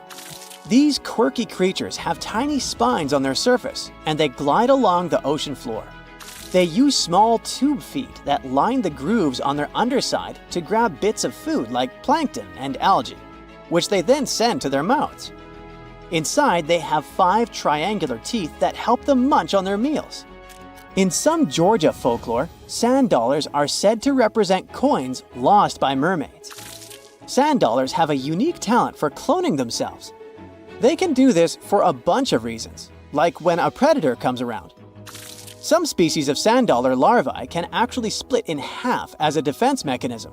It takes about 24 hours for them to clone themselves, and the new larvae end up being about 2/3 smaller than the original, which helps them hide from danger. Wait, is that a giant sea hot dog racing through the ocean? Sorta. Some scientists have joked that sperm whales seriously resemble enormous hot dogs. These massive creatures can take quick naps, standing up for about 10 to 15 minutes. They only sleep about 7% of the time, mostly between 6 p.m. and midnight. Sperm whales also have a cool ability to retract and extend their eyes, thanks to a thick retractor muscle around them, but they can't actually roll their eyes in their sockets. Plus, they have the most asymmetrical skull of any mammal out there. Oh, and let's not forget, they have the largest brain of any living creature, weighing in at over 9 pounds. Unlike us humans, if dolphins went into full-on snooze, they'd stop breathing and could drown. So they figured out a genius solution. They let only one side of their brain sleep at a time. This means one half stays awake to keep them breathing and watching out for any potential threats. When they snooze, they only close one eye. If their right brain is resting, their left eye is shut, and vice versa. This unique sleep style is called unihemispheric sleep, and it lets them recharge without ever fully losing awareness. On top of that, dolphins might be using corals and sponges like their own little pharmacies. Scientists have seen them rubbing their bodies against specific types of coral and sponges, suggesting they might be treating skin issues. They've even spotted dolphins lining up to take turns at these spots, using corals like Gorgonian coral Rumphella aggregata, leather coral, and some sponges. What's really fascinating is that researchers have analyzed these corals and found they contain compounds that could help with dolphin skin conditions, which can sometimes lead to infections and lesions. Now, the big question is figuring out exactly how each type of coral helps dolphins, and if it really boosts their health overall. Sea urchins aren't exactly the Usain Bolts of the ocean. They move slowly by crawling with their tube feet and occasionally give themselves a little push with their spines. These little guys have just 5 teeth, which they use like a beak to scrape algae off rocks, which I'm pretty sure is the ocean's version of an all-you-can-eat buffet. But since all that scraping wears their teeth down, they're in a never-ending dental replacement program. Scallops are the underwater equivalent of the world's most confused security cameras, sporting up to 200 tiny eyes on their shells. These eyes are high-tech. They can even adjust their pupils to light. Instead of working like ours, scallop eyes have a unique setup. Light goes through a pupil, lens, 2 retinas, and then hits a mirror made of guanine crystals that reflects it back. Scientists were puzzled about how they see since their main retina often gets blurry light. But it turns out, scallops can change their pupil size by about 50%. Just don't expect them to do it in a hurry, as it takes a few minutes. Now here's something really neat about orcas. They're expert hunters, and they do it in groups called pods. A pod can consist of up to 40 orcas, forming a very effective hunting team. Interestingly, there are distinct types of pods: resident and transient. Resident pods are more into fish, while transient pods have a taste for marine mammals. But no matter what type of pod they belong to, all orcas have one thing in common: they are master collaborators. They work together using smart hunting techniques that are often compared to the teamwork of wolf packs. Almost 95% of jellyfish's body is made of water. For comparison, the human body is 60% water.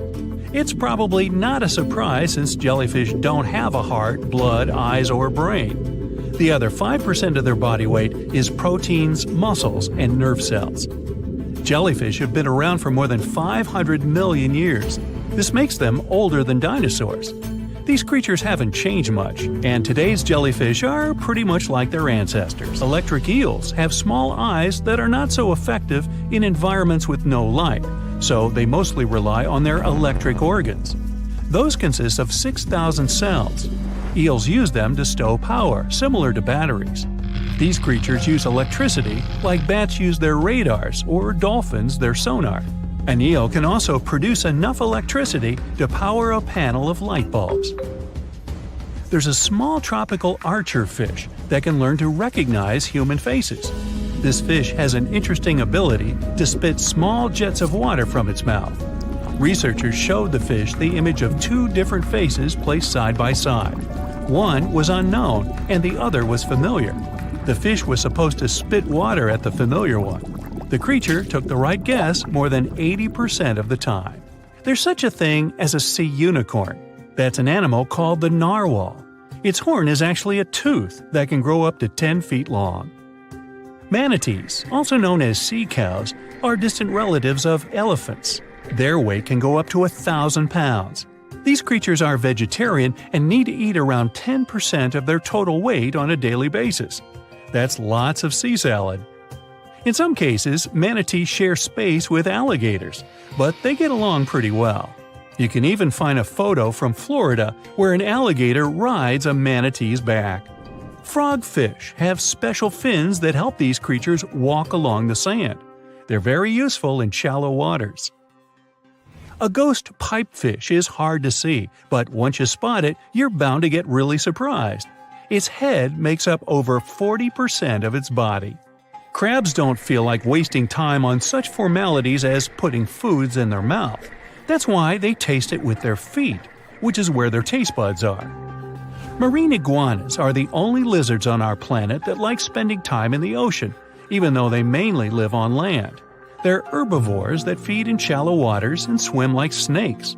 Iguanas use their long claws to hold on to the bottom when they need to graze. Green turtles can cross over 1,400 miles when migrating. They try to find the perfect spot to lay their eggs. Penguins sort of fly when they're underwater, reaching a speed of 25 miles per hour. More than 5 million years ago, I've heard, I wasn't around then, deep-sea worms and humans had a common ancestor. So we still share 70% of our genes with these creatures, and with sea stars, squid, and octopuses. Now, octopuses are in fact incredibly old. The oldest known fossil belongs to an animal that lived almost 300 million years ago. FYI, this is before our dinosaur buddies roamed the Earth. Wait, there's more! Octopus arms have a mind of their own. That's because 2/3 of their neurons lie in their arms, not in their heads. This means that their arms can problem solve how to open a shellfish, while their owner is worried about other stuff entirely. Talk about ninja-level multitasking. Oh, and like other animals, such as chimpanzees and dolphins, octopuses have proven to be good at maneuvering tools, like picking up old shells and using them as a temporary home. Now, of course, the most intelligent animals on our planet are humans, according to humans. But we don't seem to give pigs enough credit. Pigs are so smart they can play video games. No, not Minecraft. But in a recent academic study, scientists had 4 pigs play a joystick game. They had to manipulate the stick so that the moving ball would hit the wall and then they would get a treat. All 4 pigs did great in the test, which was surprising even to the scientists. Now, pigeons also aced an impressive test. They were trained to differentiate a Picasso painting from a Monet one, which they had no trouble learning. Then they were able to apply this knowledge, identifying works of art they had not previously seen, meaning they really understood the difference between each painter. Poor things are always seen as a nuisance. Now, if we placed kangaroos in an animal's most amazing ability contest, they'd win. It's mainly because they break the 4-legged rule. A special species of kangaroo, the red kangaroo, uses its tail to help propel it forward. Now, visually, it has 4 limbs, but in practice, it uses 5. They're biologically built to use their tail as a 5th limb, since it's packed with articulated vertebrae and thick muscles. Of course, it had to be an Australian animal. Deep within the Sahara Desert, you'll find a little creature known as the fennec fox. This huge-eared animal adapted perfectly to survive in its hostile environment. The huge ears help them to dissipate the unbearable heat of the desert, as well as help them to hunt for underground prey. Now meet this guy. Unlike what its name might suggest, the red panda is closer to a raccoon than it is to a giant panda. You'll find a lot of these cat-sized creatures in the Himalayan region, hopping from tree to tree and bundled together trying to keep warm in the harsh weather. They're gentle and friendly like their big panda cousins, and occasionally enjoy eating some bamboo sticks. And then there are bees. Compared to humans, bees' brains are the size of pinheads, yet they are capable of astounding things. Let's say a bee is running low on energy after a long search flight. This bee desperately needs a drop of honey in order to continue flying, but smartly enough, she doesn't need to go back to the hive to recharge. She can ask a fellow beehive mate for a drop of honey directly from this other bee's stomach and continue flying. This type of decentralized system allows them to build highly effective societies, one that bees don't need to push the queues in front of the honey cells, for example. Every year in the winter, great white sharks that live along the California coastline disappear. It feels as if they take a vacation for 30 to 40 days. The animals go to a point halfway between Hawaii and Mexico.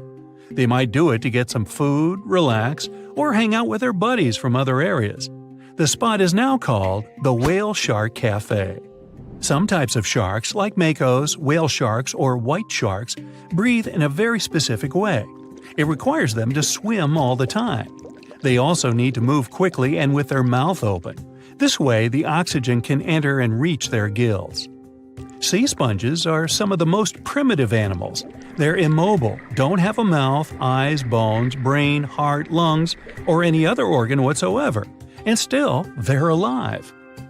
There's such a thing as a sea unicorn. That's an animal called the narwhal. Its horn is actually a tooth that can grow up to 10 feet long. Manatees, also known as sea cows, are distant relatives of elephants. Their weight can go up to 1,000 pounds. These creatures are vegetarian and need to eat around 10% of their total weight on a daily basis. That's lots of sea salad. In some cases, manatees share space with alligators, but they get along pretty well. You can even find a photo from Florida where an alligator rides a manatee's back. Frogfish have special fins that help these creatures walk along the sand. They're very useful in shallow waters. A ghost pipefish is hard to see, but once you spot it, you're bound to get really surprised. Its head makes up over 40% of its body. Crabs don't feel like wasting time on such formalities as putting foods in their mouth. That's why they taste it with their feet, which is where their taste buds are. Marine iguanas are the only lizards on our planet that like spending time in the ocean, even though they mainly live on land. They're herbivores that feed in shallow waters and swim like snakes. There's something known as the orange cat behavior, and apparently it's not just a meme. So far, scientists have been able to understand that coat color is connected to a feline's gender. And since orange is an X chromosome, orange cats are usually males, like Garfield. The so-called orange cat behavior describes ginger cats as agents of chaos. Again, pretty much like Garfield. However, there haven't been any conclusive studies on whether coat color and cat behavior are truly linked. In terms of vision, mantis shrimps probably have the most psychedelic vision out of all animals. These funny-looking creatures have a whopping 16 varieties of photoreceptors, with 5 of them reserved for the ultraviolet or UV spectrum. Ultraviolet rays are really short wavelengths, which are invisible to humans. The thing science still doesn't understand is how exactly these mantis shrimp view the world around them. Sure, they can perceive a bunch of colors, but they can't necessarily distinguish all of these colors among themselves. It can be that they just see a lot of really vivid, really blurry colors, but we haven't figured out a way to check that out. Now, to say sloths are cute is an understatement. They may be one of the friendliest animals in the jungle, but there's more. If you look closely at their fur coat, you'll notice hints of green. These greeneries are actually tiny little algae that grow alongside sloths. They help sloths to camouflage better in the jungle, but they also nurture them. The little cracks inside a sloth's fur create the perfect environment for algae reproduction, and scientists have found species of algae that don't exist anywhere else in the world. They do get by with a little help from their friends. Deep within the Sahara Desert, you'll find a little creature known as the fennec fox. This huge-eared animal adapted perfectly to survive in its hostile environment. The huge ears help them to dissipate the unbearable heat of the desert, as well as help them to hunt for underground prey. So, a mysterious discovery was made deep in the Red Sea, the so-called death pools. Woo, that's scary. In 2020, researchers embarked on a dive into the Red Sea. The mission spot was in the Gulf of Aqaba, between Saudi Arabia and Egypt. Near the end of their expedition, as they ventured deeper into the darkening waters, they noticed some strange seaweed floating above the seafloor. They decided to use a remotely operated vehicle and investigate it. Suddenly, they discovered these strange, motionless lakes of water within the sea. These are called brine pools. They're basically pockets of salty water deep on the ocean floor. And when I say salty, I mean it. Sometimes they're up to 8 times saltier than the ocean water itself. Mysteriously, they don't mix well with the surroundings. They formed millions of years ago, sometime during the Miocene epoch, back when weird creatures roamed the earth, like me, and deeply buried mineral deposits dissolved into the water. The largest pool spans about 170,000 square feet. Meanwhile, 3 smaller ones are under 107 square feet each. At first, this discovery didn't seem that scary. But here's why they're so horrifying. Not only are they disgustingly salty, they also lack oxygen. Now hold on a sec, isn't that normal for something that's underwater? Well, it turns out the Earth's waters are full of oxygen, and at least half of this element on our planet comes from the oceans.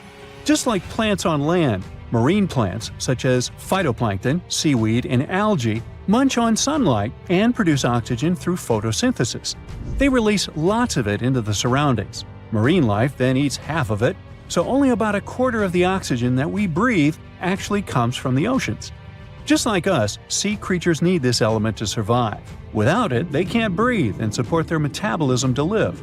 That's why these pools are super dangerous for most of them.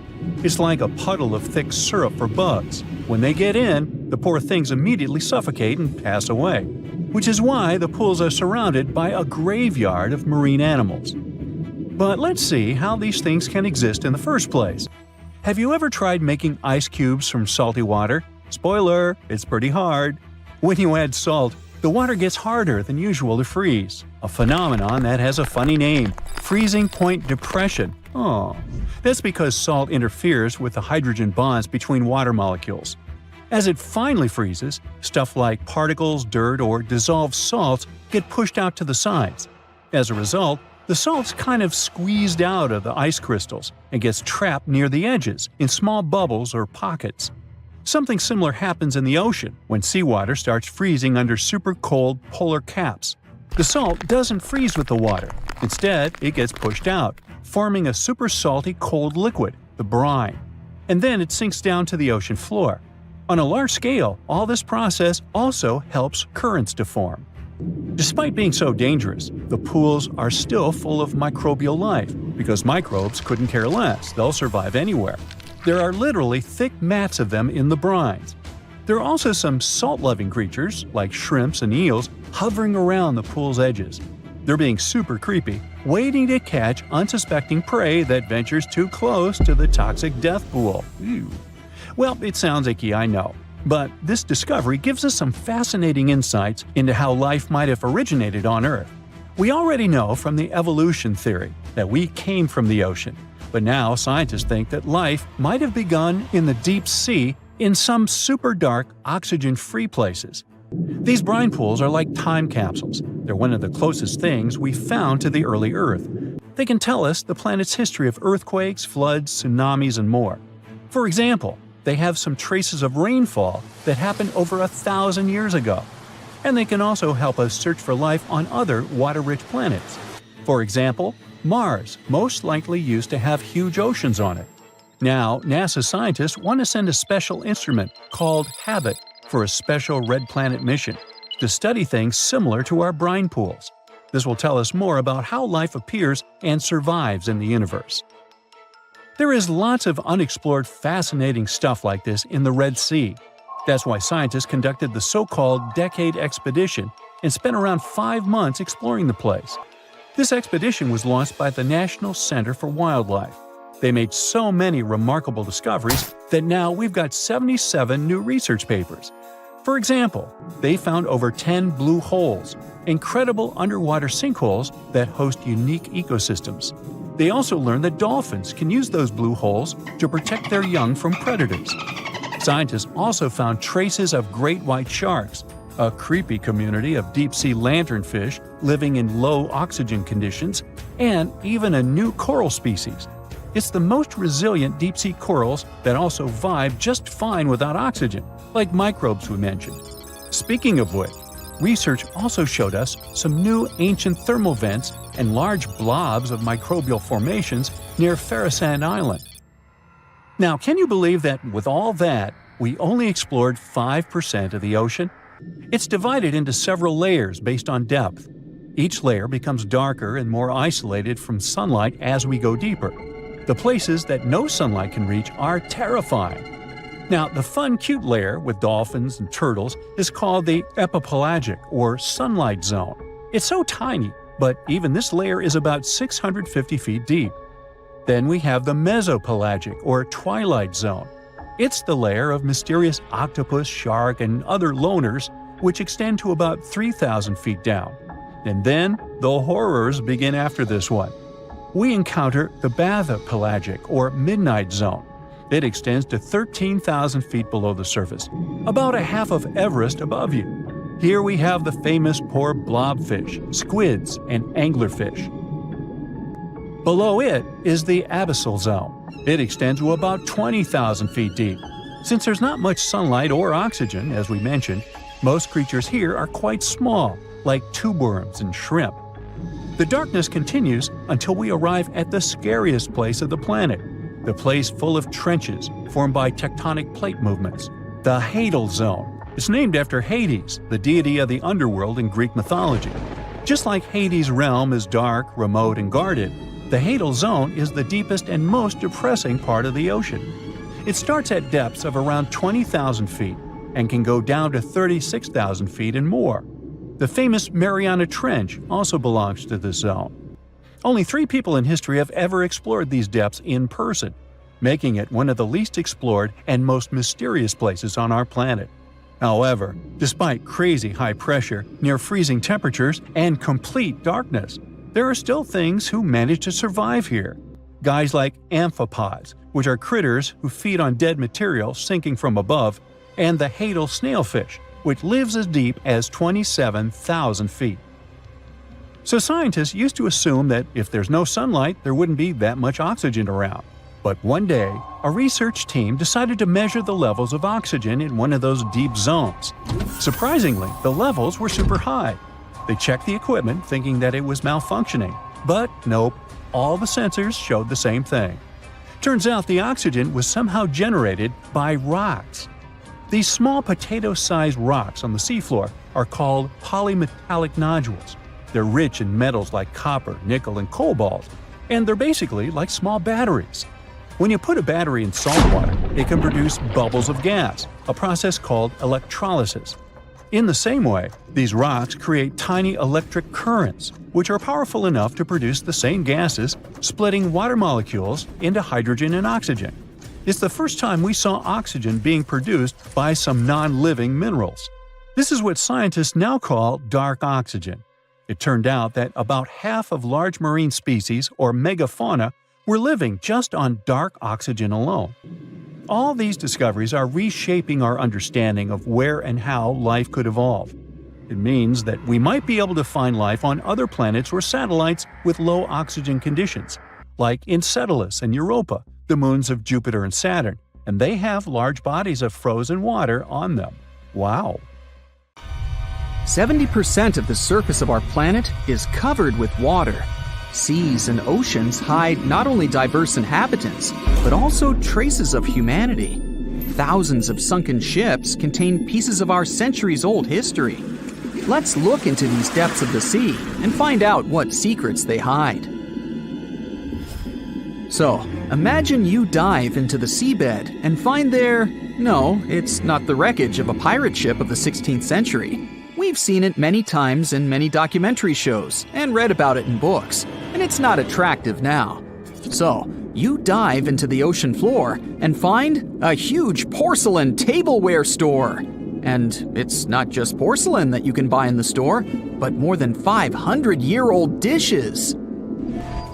The Chinese Ming Dynasty developed maritime trade for imports from foreign countries several hundred years ago. One ship didn't survive a sea storm and sank somewhere on the northwestern slope of the South China Sea. There, scuba divers discovered a sunken ship with valuable cargo on board. Thousands of porcelain cups, plates, and jugs with beautiful painted patterns lay among algae and sea sand. Experts counted all the items and claimed the ship carried about 100,000 items. But not all of them ended up in the cargo hold. Valuable items were scattered over hundreds of thousands of square feet. A similar case occurred in the Mediterranean Sea. One guy was diving off the coast of Israel and accidentally discovered the oldest sunken sea cargo in the eastern Mediterranean. Pieces of marble sculptures and structures lay on the seabed among the wreckage. They were so ancient that they got covered with algae and became part of the underwater landscape. Another unusual find was discovered in the deep water ridge of the Pacific Ocean, north of the Hawaiian Islands, in one of the largest marine reserves in the world. A research vessel sailed along the seabed and discovered a road. Part of the bottom was covered with yellow brick tiles. It was also like the tile used to cover a swimming pool. The researchers conducted an expedition in this unknown place and posted videos online. They went down to a depth of about 1.8 miles and noticed a strange track on the bottom made of yellow bricks. One of the guys jokingly said that it was the road to Atlantis. In fact, the road led nowhere, and it wasn't made by humans. Nature created this unusual landscape. The place with stone tiles was at the bottom of the lake, located at the top of an underwater mountain. Perhaps once upon a time, it was a volcano. Magma heated the surface, and cracks appeared on the ground. The lines of cracks made the solid surface look like a brick road. Okay, how about something more mysterious? 20 years ago, a Norwegian research vessel discovered strange holes in the seabed in the middle of the Atlantic Ocean. Then, already in 2022, other researchers found something similar, but at the bottom of the Pacific Ocean. Scientists discovered about 200 holes in 3 different places at a depth of about 2 miles. The holes were arranged in several rows, and a tunnel was under each. But where did it lead? To find out, you first need to find out who made these holes. Scientists studied animals that live at such a depth under enormous pressure. Imagine the weight of several dozen elephants pressed on a small area the size of a palm. That's about the pressure exerted by water in these depths. But still, some marine life has been able to adapt to such conditions. Scientists have seen sea urchins and worms, and even some big fish. But none of them made these mysterious holes. They saw a strange creature with a white and pink-hued body inside one of the holes. It was an amphipod, one of the crustacean family's representatives. Scientists caught it and did a little research. This little crayfish was digging a tunnel with its long claws. It used it as a home to hide and shelter its offspring. Or the small crustacean was digging tunnels in search of food. There's a place in the ocean where many remnants of ships lie on the seabed. And not sailing ships, but the space ones. This place is located in the South Pacific Ocean and is called Point Nemo. This is the most remote place from land on our planet. The nearest island is over 1,000 miles away from here. There's only a boundless ocean and complete loneliness. You won't even meet fish and other marine life here. The place receives little nutrients from the world's oceans because undercurrent and wind almost don't reach this area. There are different microorganisms in Point Nemo, but it's not why we're here. The reason is fireballs that fall from the sky into the water sometimes. And they're not meteorites, but some pieces of space rockets, ships, or satellites that failed. Point Nemo is an ocean desert, so space debris can't harm anyone here. Even if some heavy object provokes a giant wave, it won't reach the nearest land as it will lose all power in the water. Some archaeologists believe the oldest city in the world is about 9,500 years old. But you won't find it on land because it lies on the seabed in the Gulf of Cambay off the coast of India. Scientists have found many ancient artifacts, such as sculptures, furniture, and other interior items. They analyzed a piece of wood found there and determined it was over 9,000 years old. Scientists are still trying to determine what kind of city it was and when it existed. Tutankhamun's tomb is a well-known archaeological find. But what do we know about the burial place of the most recent pharaoh of Egypt? Cleopatra's tomb may lie somewhere in the ancient city of Alexandria. But the problem is that this beautiful city is underwater. After about 1,600 years, it sank to the seabed because of floods and earthquakes, and its ruins were discovered in 1998. Scientists and builders plan to create underwater tunnels on its territory to turn the city into an underwater museum. You can meet an unusual natural phenomenon, brinicles, in the depths of the Arctic and the southern ocean of Antarctica. It looks like an icicle frozen in water, which attracts marine organisms to itself and freezes them.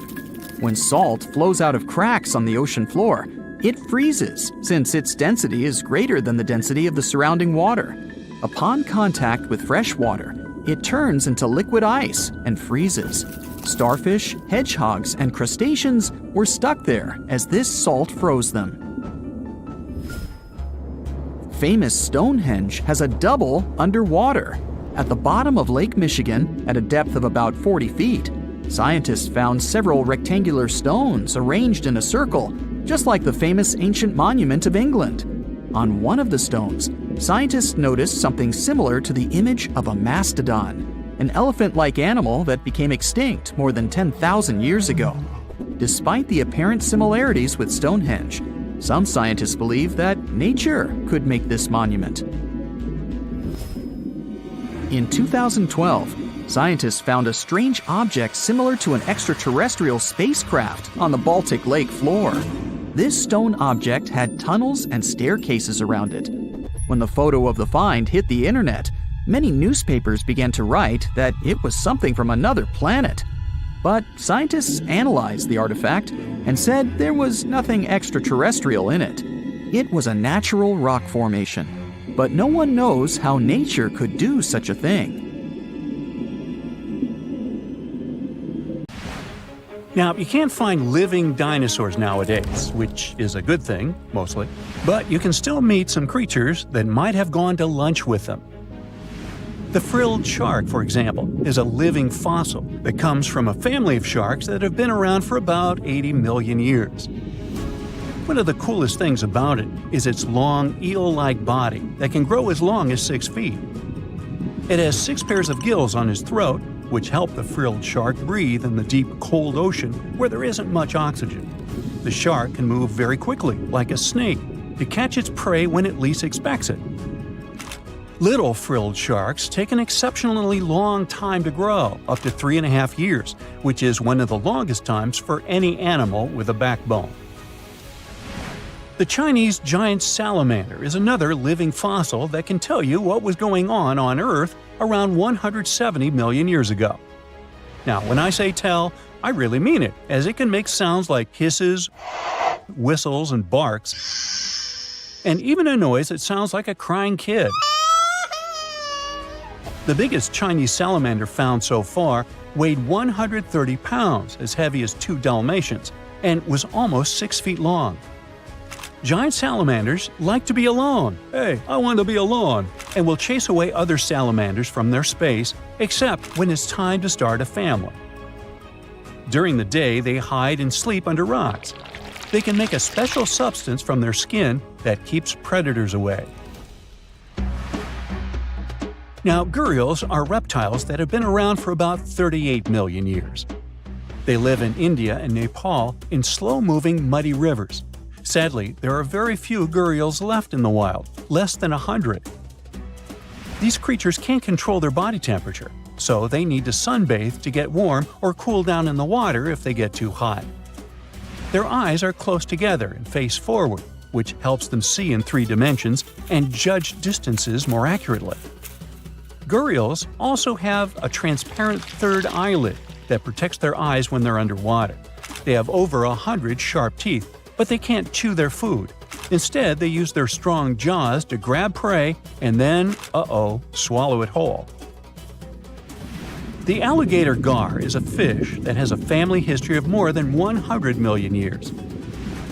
It still has some cool features from ancient times, like being able to breathe both air and water. It also has a special spiral-shaped intestine, like a shark. The alligator gar is one of the biggest and heaviest fish in North America. Just like an alligator, it has a long body and snout, plus a row of sharp teeth. But instead of legs, the gar has fins to help it swim underwater. The tuatara isn't a lizard as you might think, and isn't a dinosaur either. This New Zealand resident is one of the most unique animals in the world. Scientists love studying tuataras because they can help us understand how today's lizards and snakes evolved. One of the coolest things about the tuatara is its third eye, called a parietal eye, on its head. It has its own lens, retina, and a nerve that connects it to the brain.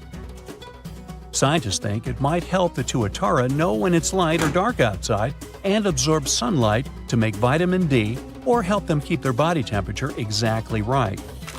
Tuataras can live an extraordinarily long time, up to 100 years. Cassowaries are the youngsters on our list, as they've been around for only 60 million years. They have some things in common with dinosaurs, like their three-toed feet and how they breathe. Cassowaries love to eat fruit, lots and lots of fruit. This love of fruit helps the rainforest because when cassowaries eat the fruit, their bodies don't harm the seeds inside. As they move around the forest, they spread these seeds, you can guess how, with their own natural fertilizer, helping new plants grow. Cassowaries are big birds, about 6 feet tall and weigh over 100 pounds. They have a special claw on each foot that is 5 inches long, and they can use it to kick real fast. If they feel threatened, they can charge, kick, and even jump on someone.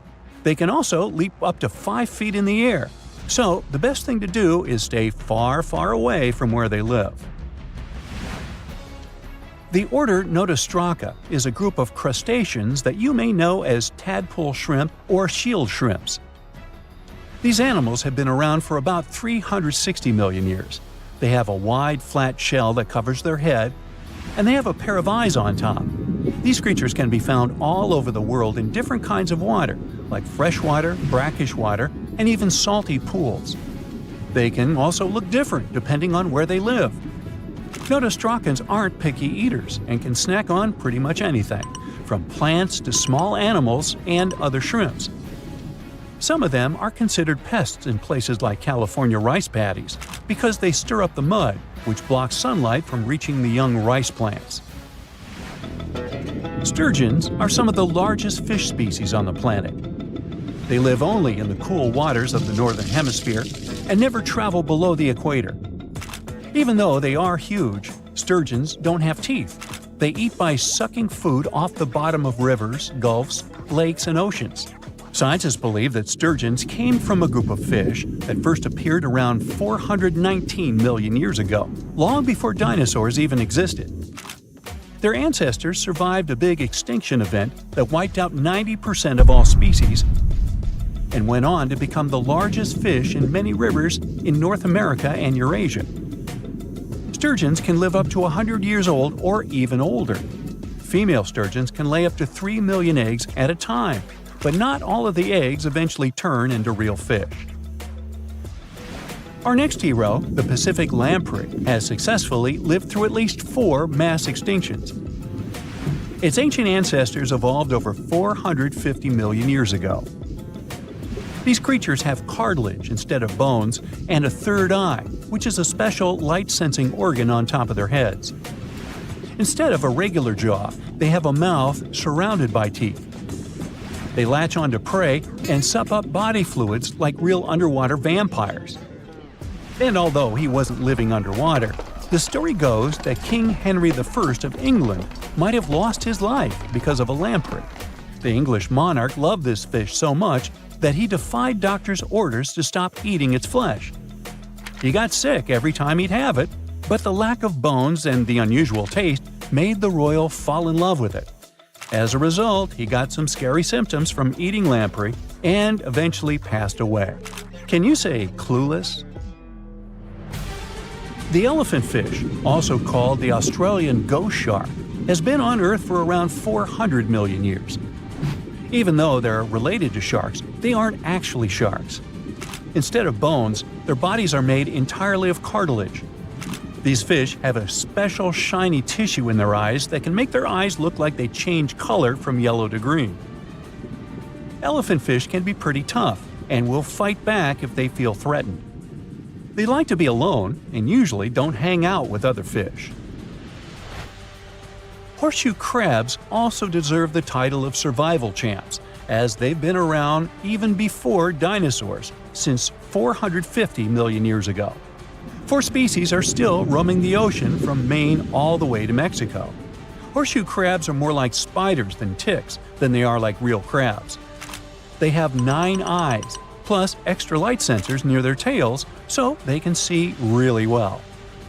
They breathe underwater using flap-like gills near their belly, and sometimes they use these gills to swim upside down. Every spring, when the tide is high, these creatures come up to the beach at night to mate and lay their eggs, and you can see hundreds of thousands of them.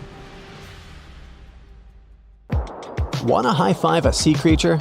Well, put your hand up for the Tasmanian red handfish. This fish doesn't swim like a fish. It walks. It uses its flipper-like hands to stroll around on the ocean floor. These bottom walkers are disturbed by swimmers and boats a lot. Some people even want to take them home as pets. I think it's better to just give them a wave and swim on by. The vampire squid. Its species name is Vampiroteuthis infernalis, which translates to vampire squid from hell. Oh yes, this vampire squid means to terrify everyone with its name, its dark red color, its spikes at the bottom, and the scary fact that it can basically turn itself inside out. The vampire squid loves putting on a good show, but it's as harmless as a kitten is to humans. It's as if Dracula scared the pants off you, but he didn't have blood-sucking fangs. The vampire squid feeds on food particles from plants and animal matter floating near the ocean's surface. Since they're not predators, they need good defensive strategies, and their vampiric look is designed to ward off large creatures who want to eat them. Turning themselves inside out is a defensive mechanism since the spiky areas in the inner skin are more intimidating. They also shoot out a substance that does not have color, but is packed with bioluminescent particles to distract predators. The vaquita. Going out on a boat off the coast of Mexico sounds like the perfect vacation. The sun, the blue water, the most endangered sea creature. Wait, what? The vaquita isn't dangerous, but don't expect it to stick around to say hello or sign any autographs. It's incredibly shy. This little cow, that's what it means in Spanish, is one tiny sea mammal. With those black markings around its eyes, it looks more like a sea panda to me. Seeing one should make you feel very special. They're on the brink of extinction, mostly because they got caught by accident in fishing nets. It's estimated that there's only 10 left in the wild.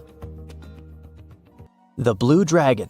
This little creature looks like something out of a kid's fantasy movie. It's called the blue glaucus, casually referred to as the blue dragon or blue angel. It can be found in many places, the Atlantic, Pacific, and Indian Oceans. It's kind of a mollusk and it only grows to be about an inch long. What you think is the back is actually the mollusk's bright underbelly. It regularly floats on its back so that its blue colors help it camouflage with the water's waves. The blue dragon isn't just pretty, it's also smart. It usually feasts on Portuguese man-o'-wars, also known as Physalia physalis.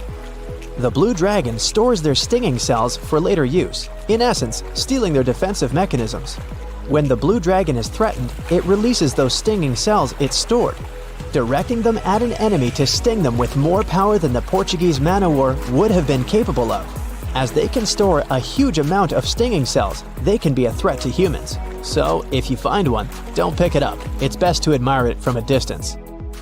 The barrel-eye fish. If you ever wanted to have Superman's X-ray vision, looking at the barrel-eye fish will make you feel like you gained that superpower at some point in your life without even realizing it. The barrel eye has a transparent head, so you can see how their eyes and brain look inside. This magnificent creature lives in the deep sea. This is the lowest level of the ocean, where strange creatures roam in near-freezing temperatures and constant darkness. They're exposed to water's pressure that's almost 1,000 times that of the surface. If the idea of the deep sea sends a shiver down your spine, stay tuned to learn about another of its creatures later on. The barrel-eye fish can be found in the Atlantic, Pacific, and Indian Oceans. You might be wondering, why oh why would a fish have a see-through head? And that would be a fair question. Since the species was discovered in 1939, it was believed that the fish's eyes were set to see straight ahead and couldn't move. So it was assumed that they had tunnel vision. Scientists Bruce Robinson and Kim Reisenbichler from the Monterey Bay Aquarium Research Institute recently discovered that the fish can move its eyes vertically to see through the top of its translucent head, thus noticing if there are predators or prey nearby. The transparent head also allows more light to enter so they can detect prey better. It's believed that the barrel-eye fish eats jellyfish and small fish species. If you dive in the ocean at night, you might be lucky enough to see how orange ball corallomorph blooms in the dark. But make sure to be quick because as soon as you turn on your flashlight to take a good look, it will retract its tubes back into itself.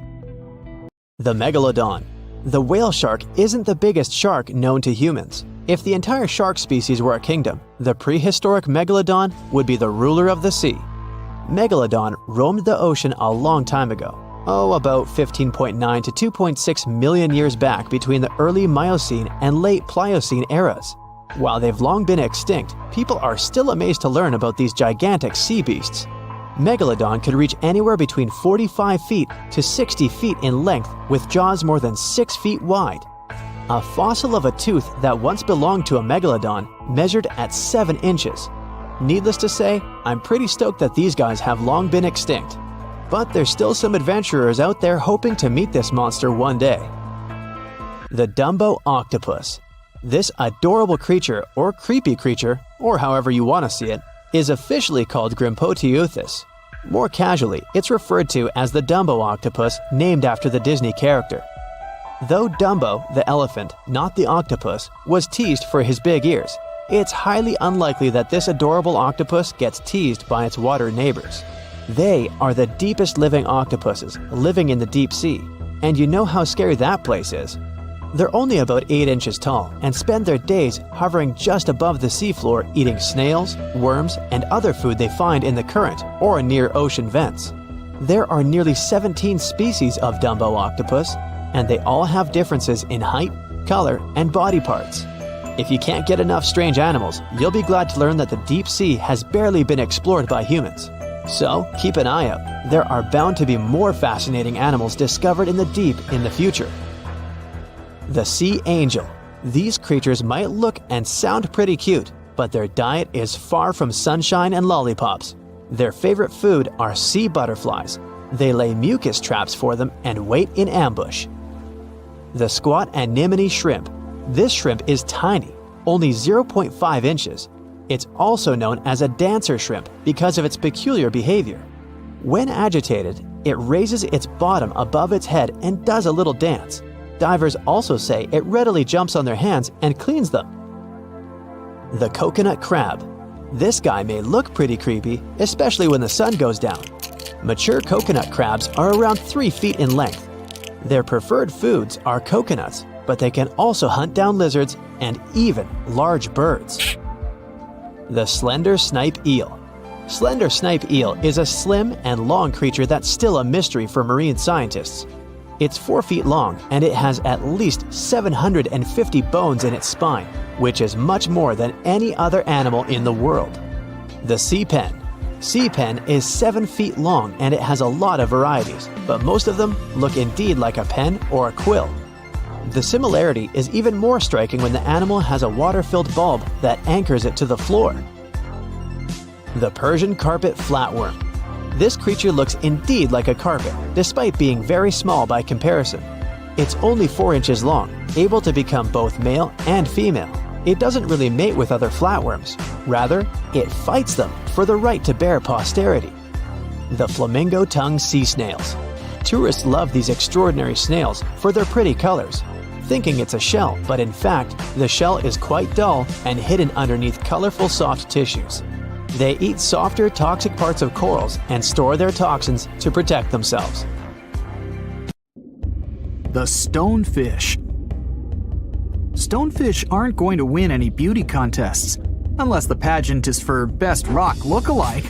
Their tiny unreflective eyes and rough skin blend in perfectly with their environment. A large head, an even bigger mouth, and a home full of, it's rocks. And just because you're on the beach doesn't mean you're safe. Stonefish can survive for 24 hours out of the water. Stepping on one or even handling one won't be that fun. Their dorsal fin spines have extremely strong venom. It shoots out when they get stepped on, and it can lead to paralysis or even heart failure. You'll need help fast. No wonder they're one of the most dangerous creatures in the water, or anywhere. Be careful when scrambling around rocky areas. They love to play hide and seek. the deep-sea dragonfish. If there were a prize for the most hideous fish in the ocean, the deep-sea dragonfish would win. With slimy, scaleless skin, massive teeth, and a face only a mother could love, this bad boy of the sea is nothing to mess with. It likes to swim between 700 feet and 6,000 feet below the surface of the ocean, where the waters are the darkest and coldest. Along with some other creatures on this list, the deep-sea dragonfish relies on its bioluminescent body parts to catch prey. It also uses its hanging appendage, which boasts a little red light on the end, coming out from its lower jaw. Many fish mistake this little light for prey, luring them right into the jaws of the deep-sea dragonfish. Very clever dragonfish, very clever indeed. The fangtooth. The Mariana Trench is an underwater trench with a depth of 35,000 feet, nearly 7 miles below the ocean surface. Let that sink in. While scientists know the Mariana Trench exists, it's one of the least explored places on Earth. It's also the deepest area of Earth's oceans. And although many creatures down there probably haven't even been seen by humans yet, scientists have had the creepy pleasure of getting to know the fangtooth. The fangtooth fish shamelessly lives up to its name. Just look at that thing. The fangtooth is carnivorous and feeds on just about anything it can find that gets caught in its sharp-toothed mouth. These fish rely on their contact chemoreception to find prey. In other words, they can sense chemical residue that comes off of other living organisms in the deep sea. This is because they don't have any light-producing cells on their bodies, unlike many other deep-sea fish. On top of all that, it's pretty dark down there, so whatever crosses their path, they chomp on. While these guys look pretty scary, they're not a threat to humans. They only grow about 7 inches long. Even so, I wouldn't want to run into one of these things during a relaxing swim in the ocean. The Dunkleosteus. Strangely enough, this prehistoric fish, known as the T-Rex of the seas, had no teeth. Those were replaced with bony plates that allowed it to have the strongest bite among other monsters of its size. The goblin shark. If you thought the movies about sharks were scary, this next deep-sea creature will make you swear off going for dips in the ocean forever. However, it lives 3,000 feet underwater, so you'll never likely see it face to face. The goblin shark looks like a cross between a shark and a creature from your worst nightmare. These sharks boast a protruding sword-like snout with a jaw that juts out to match. Unlike other sharks that have more of a gray hue, this creepy thing looks not so pretty and pink. Aside from their scary demeanor, what do scientists really know about the goblin shark? Well, not much, except that they can grow up to 18 feet in length. Looks like there's still a lot to learn about these guys, if you dare to. By the way, did you know that sharks don't sleep? Many species have to keep water moving over their gills to get oxygen, so they can't fall into a deep sleep like we do. That's why they stay half awake during rest. Typically, sharks don't even close their eyes. The cookie cutter shark. This shark is a living horror, with lower teeth being big and sharp, while the upper ones are much smaller. When its teeth fall off, the shark eats them to maintain calcium levels. Pretty smart solution for a shark. The frilled shark. Studying the frilled shark is like looking through a portal back to prehistoric times. That's because scientists think that these eel-like sharks haven't changed much since their oldest ancestors roamed the deep sea waters, so they're sometimes referred to as living fossils. These sharks' mouths are filled with a terrifying 25 rows of backward-facing sharp teeth, 300 in total. They're designed to grasp prey and hold them tight so they can't get away, according to early studies of the shark conducted in 1884 and published in the Bulletin of the Essex Institute. Luckily for swimmers, the frilled sharks live between 390 feet and 4,200 feet below the ocean's surface, so they'll probably never run into them. Probably. This is probably the worst nightmare of any dentist. The northern stargazer. Take a look at this cutie. The northern stargazer is definitely not something you'd wish to see on the ocean floor. This horrid creature hides its body under the sand, leaving its face above to wait for prey. The tasseled wobbegong. Here's another carpet shark on our list. It lies low on the bottom of the sea and patiently waits for its prey to come by. The Australian ghost shark. The Australian ghost shark isn't really even a shark, but a very bony fish. It's also a living fossil. It hasn't changed within the last 400 million years. Believe it or not, sharks and humans have a common ancestor that lived around 440 million years ago. Even though we both evolved in our own way, there are still some signs of that connection. For example, the genome of an elephant shark is very similar to humans. The Leopleurodon. This list of terrifying creatures would be incomplete without mentioning the terrifying and prehistoric Leopleurodon. This carnivorous marine reptile existed during the Colovian stage of the Middle Jurassic era and ruled the waters at 9 feet in length. Scientists believe Leopleurodon thrived in this deep-sea trench because of its ability to swim long distances and its 4 paddle-like limbs. While they probably weren't able to propel themselves toward prey like other animals of the area, they did manage to accelerate and attack very ruthlessly and efficiently.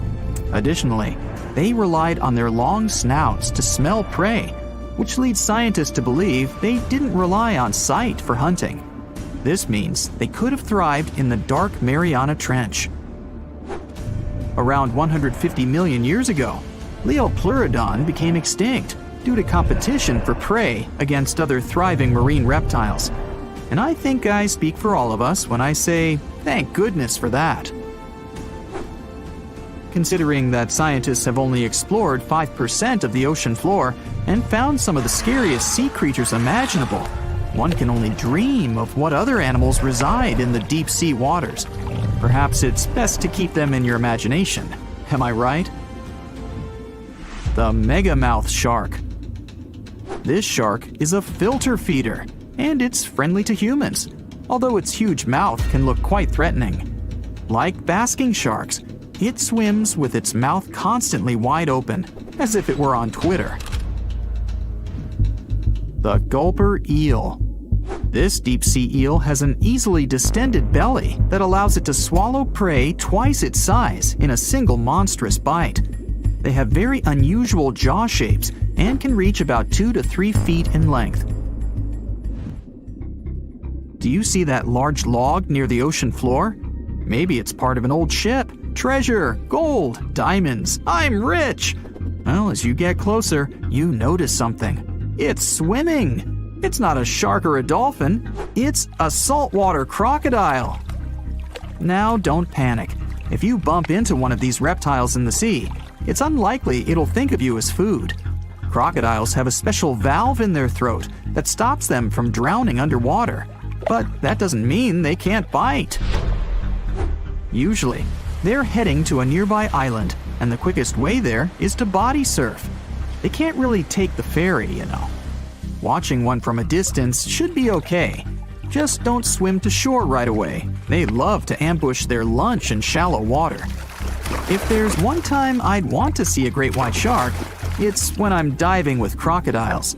They'll gladly take a crocodile-sized nibble, given the right motivation. Now prepare yourself for some weird stuff. We're going to dive into the fascinating world of sea cucumbers, the squishy detritivores that are nature's very own recyclers. These exotic marine creatures might not be everyone's first choice for a pet, but trust me, they've got some unique talents that are worth talking about.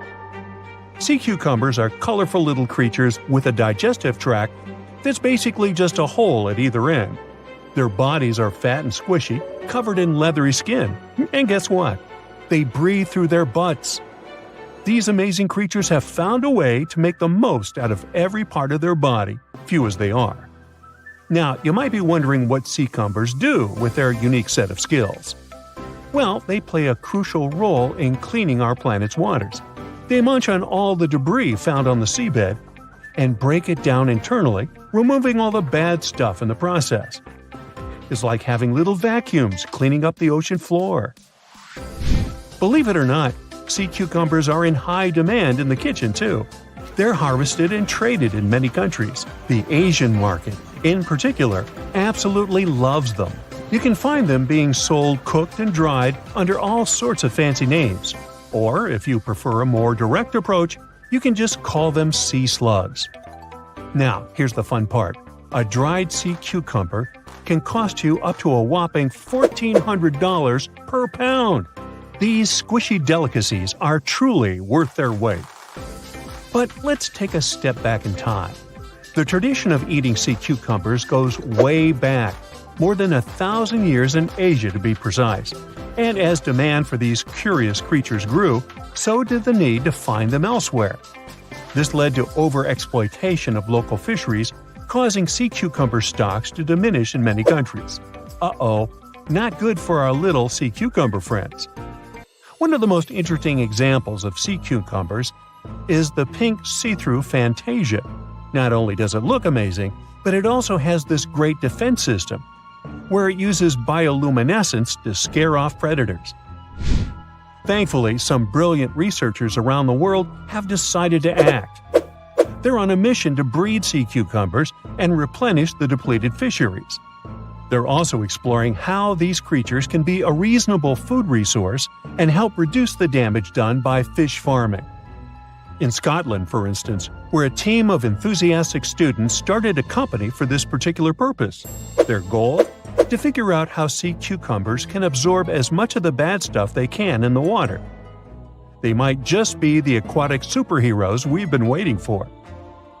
Meanwhile, in Sweden, marine biologists are working hard to restore the population of red signal sea cucumbers. These poor creatures have been fished out of local waters, but specialists are determined to give them a fighting chance. They're also exploring how sea cucumbers can fit into seafood cultivation. Their lab is like a sea cucumber daycare, carefully nurturing the next generation of these wiggly wonders. And let's not forget about Canada. Research scientists are focusing on the giant red sea cucumber. These magnificent creatures can grow up to 20 inches long and are perfect for co-cultivation with other species. They're even developing special containment systems that will make it easier to keep sea cucumbers where they're needed the most. Okay, speaking of amazing sea creatures, what about a fish that can fly? Heard that right, we're about to stumble upon a land where fins meet flying, and the ocean becomes a runway for these airborne acrobats. Prepare to be fantastically entertained. Nah, I didn't write that one. So picture this, you're lounging by the warm ocean waters, minding your own business, when suddenly you see a fish soaring through the air like a torpedo. That's right, they are real, and they got some serious style. With their sleek bodies and pectoral fins that resemble wings, they're the high flyers of the sea. Now, you might be wondering, why would a fish take to the skies? Well, it turns out these magnificent creatures have developed this nifty gliding ability as a sneaky trick to escape from their underwater foes. And boy, do they have plenty of enemies. Those guys are all on the lookout for a tasty flying fish snack. When it comes to their diet, these avian fishes are quite the foodies. They chow down on a variety of treats, including the ever-popular plankton. Who knew tiny floating organisms could be so delicious? Now let's take a closer look at the flying fish family album. We've got a whopping 40 known species strutting their stuff in the sky. And here's a fun fact. All of them have tails that are forked in an uneven manner, with the lower lobe being longer than the upper one. It's like the fishy version of a funky hairstyle. And there's more. Some of these weird flyers even have supersized pelvic fins, giving them the appearance of having 4 wings. Can you imagine the envy in the fish community when they see these trendsetters gliding by? Okay, now let's get to the nitty-gritty of their airborne adventures. The flying fish takeoff is a sight to behold. First, they gather some serious speed underwater, reaching a zippy 37 miles per hour. That's faster than some highway speed limits. Then, like a rocket ready for blastoff, they angle themselves upward and break the ocean surface, ready to take flight. But they don't stop there. These thrill seekers can reach heights of over 4 feet in the air. Can you imagine the view from up there? They glide through the sky, covering long distances. That's like the fishy equivalent of a marathon. And here's the best part. When they approach the water again, they can flap their tails and continue their flight without fully returning to the depths. These fishy flyers are also all about the nightlife. Just like partygoers flock to a glittering disco ball, flying fish are attracted to light. Crafty fishermen take advantage of this by setting up canoes with just the right amount of water to keep the fish comfy but prevent them from escaping. Then they add alluring light to the scene, and before you know it, flying fish are caught left and right, supplying a bountiful catch for those lucky fishermen. Don't worry though, these flying fish aren't on the endangered species list. Not yet, at least. The next time you find yourself by the ocean, keep an eye out for these marvelous creatures. You never know when you'll see a flying fish extravaganza. Our next adventure takes us into the quirky world of underwater romance. Picture this: a scene that looks like someone doing the tango with their lunch. Wait, what? No, it's not a throwing up contest, I promise. We're diving headfirst into the jaw-dropping, pun intended, mating ritual of the jawfish. These curious creatures call the coral reefs of the Caribbean Sea and the Western Atlantic home. And boy, do they know how to make a spectacle of themselves. Forget about pickup lines or fancy gestures. These jawfish rely on their unique jaw-based moves to pursue their potential partners. It's like a dance-off, but with their mouths. Not only are these fishy fellas skilled in the art of sand scooping, but they also double as diligent parents. Talk about alliteration. Talk about multitasking. The males take their parental duties to the next level by carrying the precious eggs in their giant mouths until they're ready to hatch. It's like they have their own aquatic daycare center going on. When they're not busy nurturing their offspring, these jawfish transform their mouths into fighting tools. That's right, it's time for the Jawfish Fighting Championship. They go head-to-head, or rather mouth-to-mouth, in epic battles of mouth strength and agility. You know the old saying, put your money where your mouth is? Well, these jawfish take it to a whole new level. Whether it's for romance, parroting, or friendly competition, these jawfish show us that sometimes actions do really speak louder than words. They may look like they're having a bad seafood experience, but rest assured, it's just their unique way of finding love and expressing themselves. How heavy is the largest living snake? How can a snake eat a whale? Get ready, I'm about to answer these questions. Before the last ice age, giant mammals like mammoths ruled the world.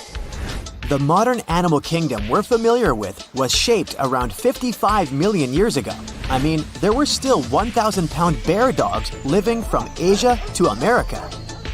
But modern whales, for instance, began to appear later. I'm saying modern whales because, surprise, surprise, whales weren't always fully aquatic.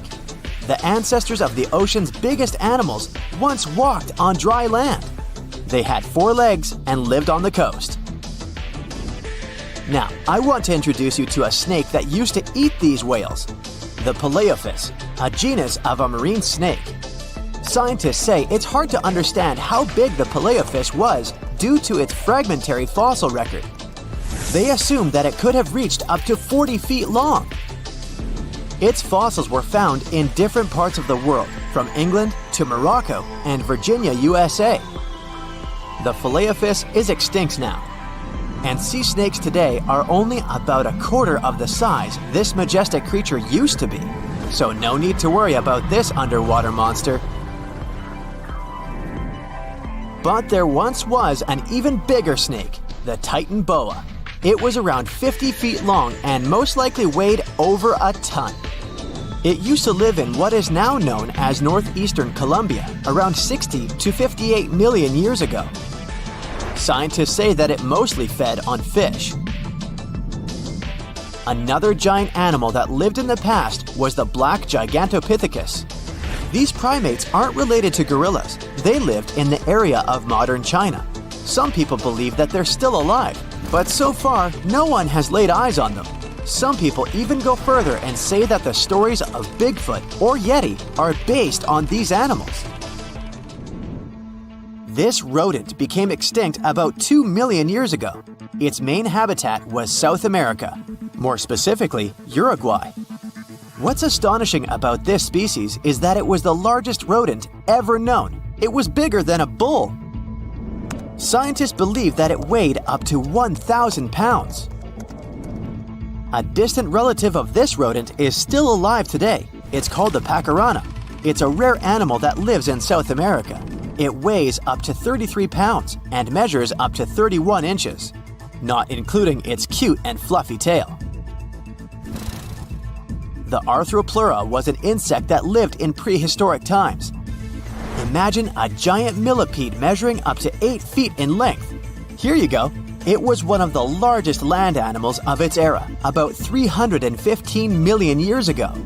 The Arthropleura's shell was covered with tough plates. These plates were there to protect the creature from damage. Most of the time, it burrowed into the ground to avoid becoming some other animal's dinner. Meet the megalodon. Millions of years ago, this shark lived in the ocean and ate other marine creatures. It had wide teeth, and its jaws were so powerful that the animal could finish off its prey with the force of its bite. It was one of the largest sharks to ever exist. Yet, this predator also went extinct. Scientists don't really know the reason. This made me wonder why animals were so big in the past. Nowadays, smaller creatures flee or hide from predators. But apparently, it wasn't like this before. Many centuries ago, animals didn't just run or hide, they fought back. Research suggests that this behavior may have been the most important motivation for prey to grow bigger. A study compared the skulls of ancient animals to those of their modern peers. The skulls of predatory animals have become shorter and narrower, while the skulls of the animals they hunted have become longer and broader. This means that predators learned to become experts in hunting, while prey worked on developing their defense skills.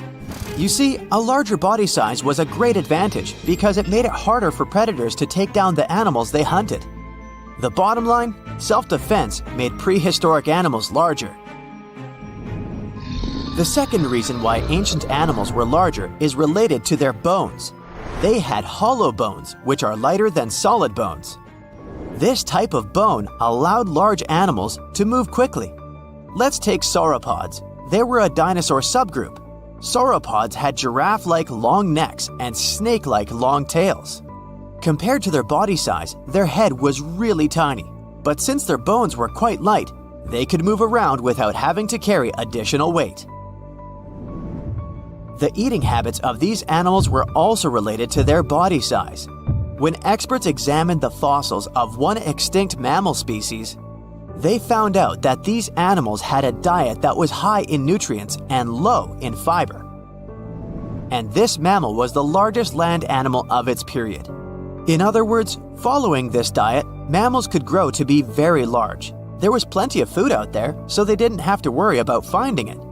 Fun fact, these animals also took chewing out of the picture. They could swallow their food in large pieces instead of taking small bites. Environmental conditions also played an important role in the evolution of larger animals in prehistoric times. Those animals tended to live in warm, moist climates that provided them with a lot of food. They didn't have to compete for food sources. Researchers believe that because of these conditions, natural selection worked in a certain way. I mean, body size was more important than such traits as agility and speed. Oh, and did you know that large animals tend to produce more carbon dioxide? And ultimately, a bigger volume of carbon dioxide increases the amount of vegetation in the animal's habitat. As for the abundance of oxygen in the atmosphere at that time, it could be another vital element for some animals' growth. A good but scary example of an animal that benefited from the high levels of oxygen can be the cockroach of the Paleozoic era. At that time, cockroaches were the size of modern house cats. Now this one would give me the chills if I ever faced it. Ugh. What about today? Well, there are over 3,000 species of snakes on Earth. The smallest snake in the world is the Barbados thread snake. It's only around 4 inches long when fully grown, and the largest one? It's the reticulated python. This snake reaches around 20 feet in length. The longest python was discovered in 1912. It measured 32 feet long. As for the largest and heaviest reticulated python, it was named Medusa. Medusa was approximately 25 feet long and weighed 350 pounds. These reptiles lived in Southeast Asia in rainforests, woodlands, and grasslands. Don't be confused though, the reticulated python isn't the heaviest snake in the world. This title belongs to the green anaconda. It weighs approximately 500 pounds. Green anacondas are found in South America and Trinidad in damp, humid areas. I have a bonus for you. Here is a flying snake. You can find these snakes in Southeast Asia. They don't fly like birds, of course, but they do use the power of flight.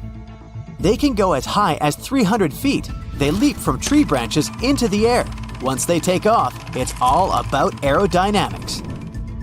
Their main technique is flaring their ribs and pulling in their abdomens. While airborne, they undulate from one side to another and slightly up and down. This motion helps snakes to turn and glide. Why bother with all this if they can just crawl in an old-school way? Scientists aren't sure, but they believe it might be related to escaping from predators. This way, they move from one tree to another without having to get down to the ground. Every now and then, people discover fossils of animals that lived millions of years ago. These ancient discoveries continue to capture our imagination. Which of these animals would you like to see alive? Most of the ocean is still shrouded in mystery, whether we're talking about dark corners or creatures that are hiding in the depths. But sometimes, it gives us a peek into scary things it hides in its cold, dark depths. Like when you hear on the news that there are some deep-sea creatures washed ashore after a powerful storm once again. Some just look weird, while others are real monsters that live at depths of more than 3,300 feet. The coldest and deepest parts of the ocean have created one specific phenomenon called gigantism.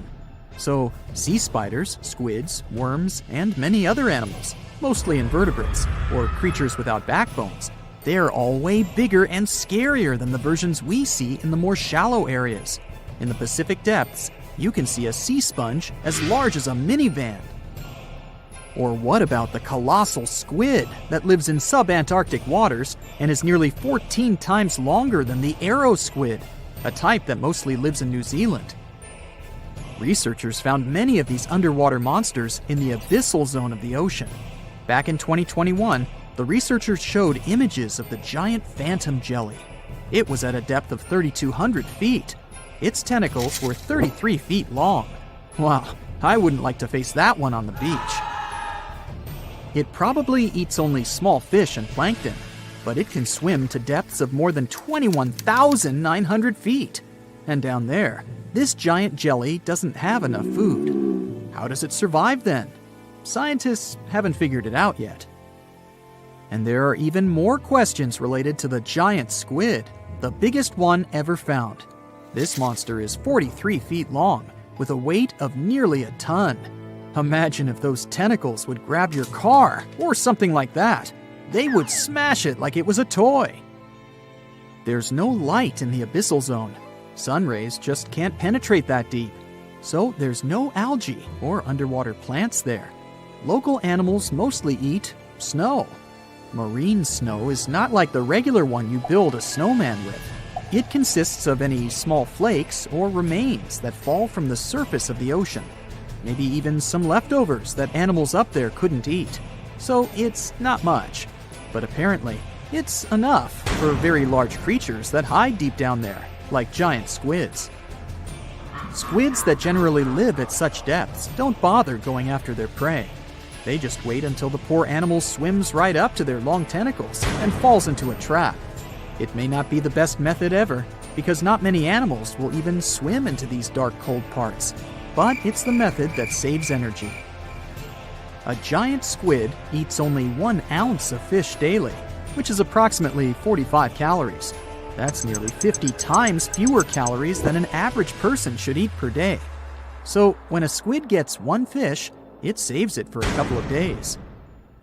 I hope giant squids won't get the idea to go to the surface and look for food when there's not enough of it in the abyssal zone. And I hope even more that giant Greenland sharks won't get that same idea. You can find them at depths of up to 7,200 feet. They're twice as slow as we usually walk. They swim at a speed of 1.12 feet per second. Their slowness is part of the energy-saving mechanism that creatures down there need to survive. But they can speed up in the form of short bursts when they need to catch prey. But they kinda change their diet from predator to scavenger, considering their environment. There will be more leftovers falling from the surface than animals to go after. Greenland sharks grow just 0.4 inches per year, and they're mostly 20 feet long, which means they live for a very long time, sometimes up to 400 years. They also have a slow metabolism, and that's one of the main factors for their long life, too.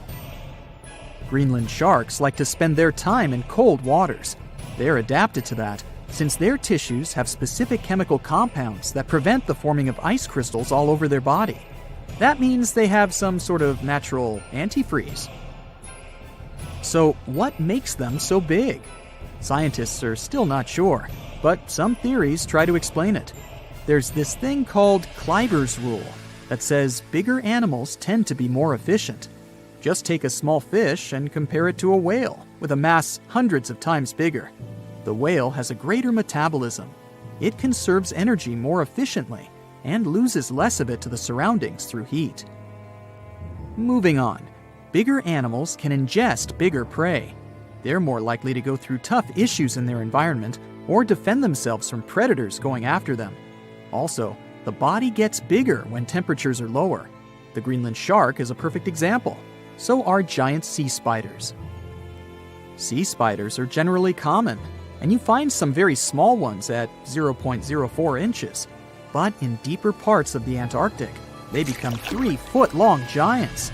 They grow so big because the cold water has more oxygen. That way, more of it diffuses into the animal's body, and that allows it to grow bigger. Yeah, both as a creature and a nightmare. And how about this giant tube worm? Researchers found it accidentally while they were exploring the mysteries of the Pacific Ocean floor. They stumbled upon unusual hydrothermal vents. Volcanic heat is a thing that gets them going. As water seeps down through faults or cracks in the rock, these vents change their direction. When the water gets out of the vent, it's rich in different minerals and chemicals. Most animals wouldn't survive being around this toxic soup of chemicals, but not these tube worms. They came as a true surprise, because not only are they not bothered by these toxic vents and the almost boiling temperature of the water, but they developed entire ecosystems there. They're unique because they don't need sunlight to survive. Instead, small bacteria are their main source of energy. That bacteria gets their energy directly from these toxic chemicals. So it's not photosynthesis, but a process called chemosynthesis. And these tube worms don't have mouths. These bacteria live inside them. Strange story, huh? Plus, these scary worms reach up to 8 feet. Giant isopods are no better either. They lurk at the depths of the ocean of 1,640 feet or more below, far away from the sunlight, looking like some monstrous wood lice. They spend most of their time on the seabed, hoping to find some food falling from higher levels of the ocean. Check out their small hooked claws at the ends of their legs. Isopods use them to remain more stable while moving around the ocean floor. Since there's no light, they have long antennae that help them feel their way around. These sensory antennas are about half the length of their body. Giant isopods have pretty big eyes compared to their body size, too. They can grow over 12 inches from head to tail. And these fellas are really patient. Remember how we said animals down there rarely get food? Sometimes they need to wait for years to get a proper meal. That's why their metabolism is amazingly slow. 5 years later. They can go for 5 years without eating anything. Imagine that. I get hungry just talking about this. In 2006, a biologist did research to compare the differences between the shallows and the deep sea regions. He realized the deep sea mirrors the island rule. First, isolated parts of land develop biodiversity you won't find anywhere else. Second, small-bodied life there grows much bigger when it's isolated, compared to life on large land masses. Resources are limited, but also competition and predators. And we don't know much about these deep-sea creatures. It's too expensive and too complicated to carry out such research. So we'll just wait for more raging storms to show us at least part of the monstrous world cold ocean depths hide. Hold on to your hat, my friend. These internet users came across some hauntingly spooky stuff IRL, but I'm guessing you'll want to stay away even from these pics. Picture this. You're boarded and ready for takeoff in a huge Boeing jet. It's your first time on an airplane. You were scared, but people kept telling you it was safe. You've convinced yourself it would be alright when the pilot comes on the speaker with some disturbing news. Good morning, folks. Our flight has been canceled for safety reasons. It appears that a cloud of bees is hovering close to one of our wings, and we'll have to remove them before takeoff. I have to say, this is a first. I have to say, I'd like to get off, please. Now let's say you always take the long way to work. It's one of your favorite bits of the day because you can enjoy a peaceful walk surrounded by beautiful scenery. You're passing across a muddy pond area, like you normally do, when something strange catches your attention. What on earth could that be, you ask yourself? Apparently, it's a colony of reddish worms, just casually existing. I think my stomach just turned a little. Have you ever backpacked anywhere around the world? If you have, then you were probably worried about one thing and one thing only – bed bugs. Getting into a new hostel, the typical routine is to check your mattresses. The worst thing is to sleep in a bed filled with these little creatures and then have to wash all your clothing the next morning just so you won't pass this around to other establishments.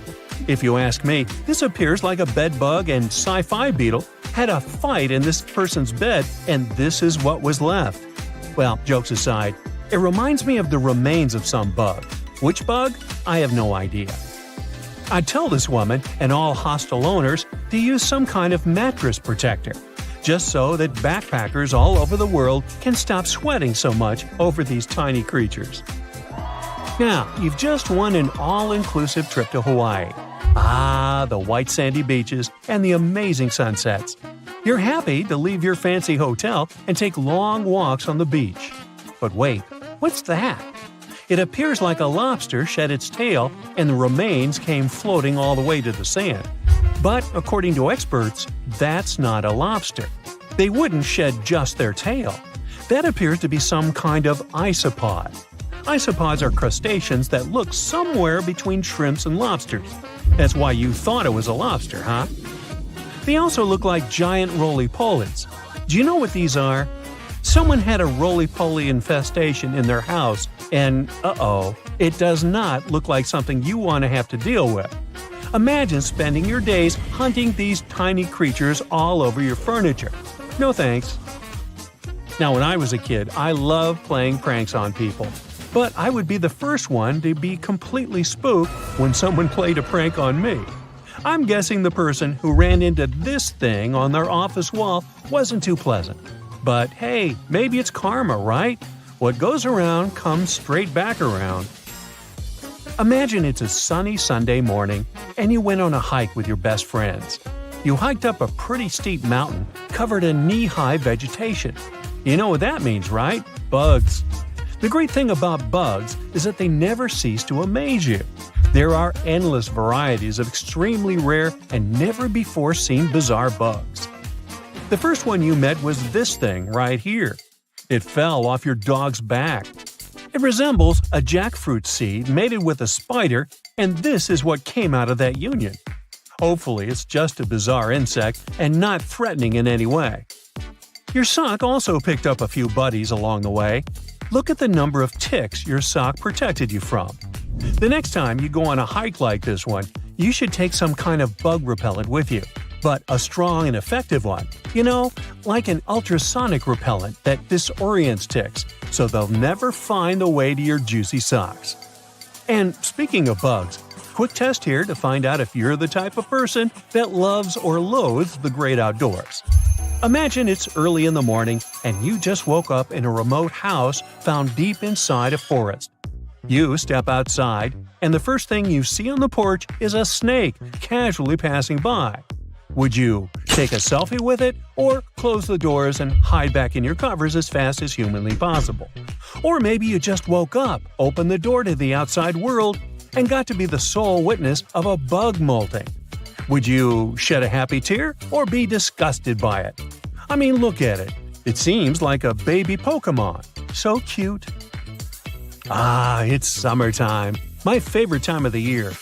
You can enjoy the pool until late in the evening and meet your friends and family for a Sunday outdoor picnic. But there's one thing that really annoys me: bees. Eating outdoors usually means having to share some of your juice or yummy food with a bunch of bees. If only some genius person invented something that kept bees away from our food, like some ultrasonic frequency we could blast on our speakers, or some kind of decoy nest that was more interesting to the bees than my picnic food. Oh, or maybe this. I guess this will do. Simple but effective. I'll try it out and tell you if it worked out for me. The best thing after a hard day's work is coming home. Except when you're welcomed by this thing. I mean, how did this spider even get here if you live in a city apartment miles away from any real greenery? That's a mystery I'll never solve. You take your 5-year-old to play in the local park. She's in a digging phase, so as soon as she gets there, she starts digging up the whole place like a Jack Russell Terrier.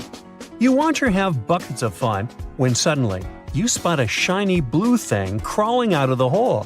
What on earth? You think to yourself. You grab it with a stick and it reveals itself. A centipede. You know, the things that burn you with their venomous legs. Best to put it back in the hole and move to another park. If you could choose any movie or TV series to live inside of, which one would you choose? Most likely some cozy rom-com, right? I'm guessing no one, or almost no one here, would choose to live life as a Last of Us character, right? But it seems to me like this person had a Joel moment, if you ask me. This thing crawling out of the forest floor is a fungus that imitates a human hand. I mean, does life imitate art, or is it really just one giant messy blob? Remember when we talked about backpackers? Well, this person had a similar problem as they do. Apparently, they took a bunch of clothes to wash and dry, and this is what the dryer filter looked like afterward. There are maybe 100 little buddies in there. Ooh. Out of curiosity, do you know why they're called bed bugs if they hide on the floor and not in your bed? They crawl up to someone's bed at nighttime because they can sense carbon dioxide emissions, also known as they can sense your breath. If this isn't a horror movie plot, I'm not sure what is. Where do I even start with this one? I'd say this piece was actually a prop from a Tim Burton movie that somehow got lost and ended up in your vegetable basket. It's supposed to be a yam, but it's shaped like Grinch's hand if he were white instead of green. Oh my. In my wildest dreams, I couldn't make this stuff up. Look at this pretty creature. It looks cute and totally harmless. But you should know that appearances are deceptive, and the blue-ringed octopus is an extremely venomous species of octopus. In fact, they are one of the world's most venomous marine animals. These creatures are found in tide pools and coral reefs. Despite their small size, a mere 5 to 8 inches, they're very dangerous to humans if provoked.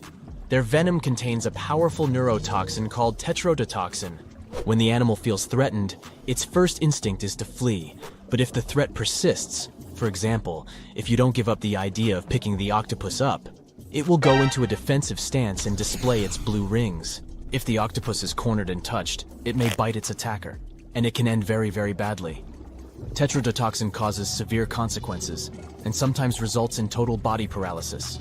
When the victim is fully aware of the surroundings but unable to move, the victim remains conscious and alert, but because of the paralysis, there's no way of signaling for help or indicating distress. Interestingly, in its chilling mode, the blue-ringed octopus looks brown or even pale, but once it feels endangered, it switches on its psychedelic pattern. Such a response is called aposematic behavior. In simple words, it's when an animal flashes bright colors warning others that, should they take a bite, they won't live to tell the tale. Of course, the blue-ringed octopus isn't the only dangerous animal that looks harmless out there. For example, look at this creature. This animal looks super cute, fluffy and soft-looking. The desire to touch it is irresistible. Watch out. The sting of the hairy caterpillar can pack a serious punch. It's called the puss moth caterpillar, or asp. Hidden among that luxurious fur, there are venom spines equipped with stinging cells like jellyfish. People react very differently to caterpillar toxins. Some may develop more severe reactions than others. Plus, how bad the consequences are also depends on the thickness of the skin in the affected area. In most cases, the unpleasant sensations and rash go away in a few hours or sometimes days. The next animal on our list is the poison dart frog. There are more than 170 species of these frogs, and funnily enough, not all of them are actually poisonous. Those which are secret extremely dangerous toxins through their skin. On the bright side, the frogs never use these toxins for hunting or attacking. They only have them for self-defense. Experts aren't sure, but they suppose that the frog's ability to produce these toxins might come from a diet rich in toxin-containing animals, for example, centipedes or ants. Indigenous peoples in Central and South America have been known to rub their arrows and darts on the frogs in order to give them a poison tip. The main thing you need to keep in mind: if you touch a poison dart frog, seek assistance immediately. Especially if you've come across the golden poison dart frog, it's the most toxic one. The flamboyant cuttlefish is the only known venomous cuttlefish species. This creature has incredibly poisonous muscle tissue, despite its tiny, 2 to 3 inches at most, frame. Watch out for a dark brown underwater animal with 2 tentacles and 8 arms.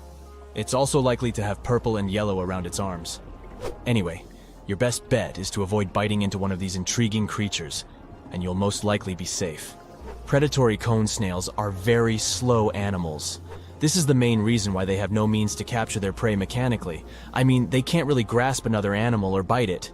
Instead, the cone snail has evolved potent venom that helps it survive. Probably the coolest thing about these creatures is that among almost 1,000 species, there's no overlap in the toxins produced by each of them.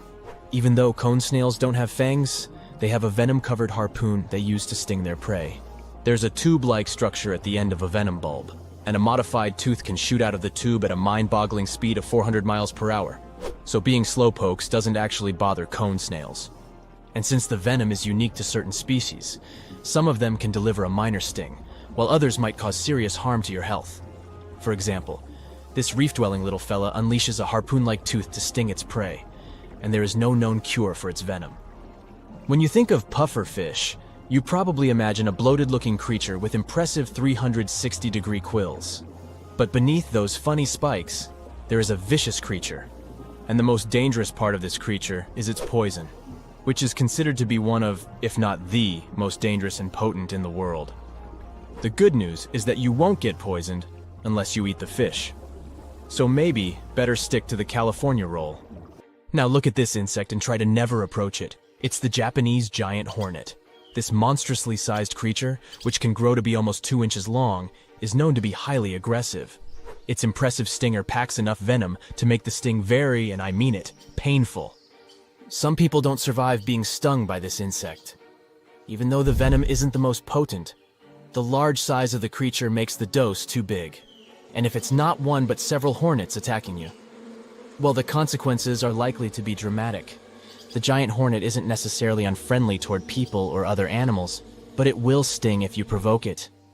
This truly beautiful bright blue creature is called the blue sea dragon. Despite such an imposing name, the critter is actually tiny, usually no bigger than a grape. You may find it on the beach or floating beside you in the water. Now, you need to remember one thing. However pretty this little slug may look, never ever touch it. Despite their tiny size, their sting can pack a punch, all because of their diet. Their favorite dish is the Portuguese man-o'-war, a jellyfish that has enough venom to paralyze small fish and crustaceans. The blue dragons first use mucus to neutralize the jellyfish's infamous stinging cells, and then they steal these cells from the man-o'-war's tentacles and store and concentrate them within their own tissues. Then they release these stinging cells on contact, which makes their own sting even more powerful, even worse than that of the man-o'-war's itself. These awesome creatures are also extremely sneaky. Even though their appearance is bright, to say the least, they're well-known masters of disguise. You see, that vibrant blue coloring is actually on their bellies, and when they float on their backs, they simply blend with the water. As for their backs, they're gray to camouflage these animals on the sea surface. The Irukandji jellyfish, found in Australia, looks tiny and totally innocent, but appearances are deceitful, and this baby, the size of a human thumbnail, is actually extremely dangerous.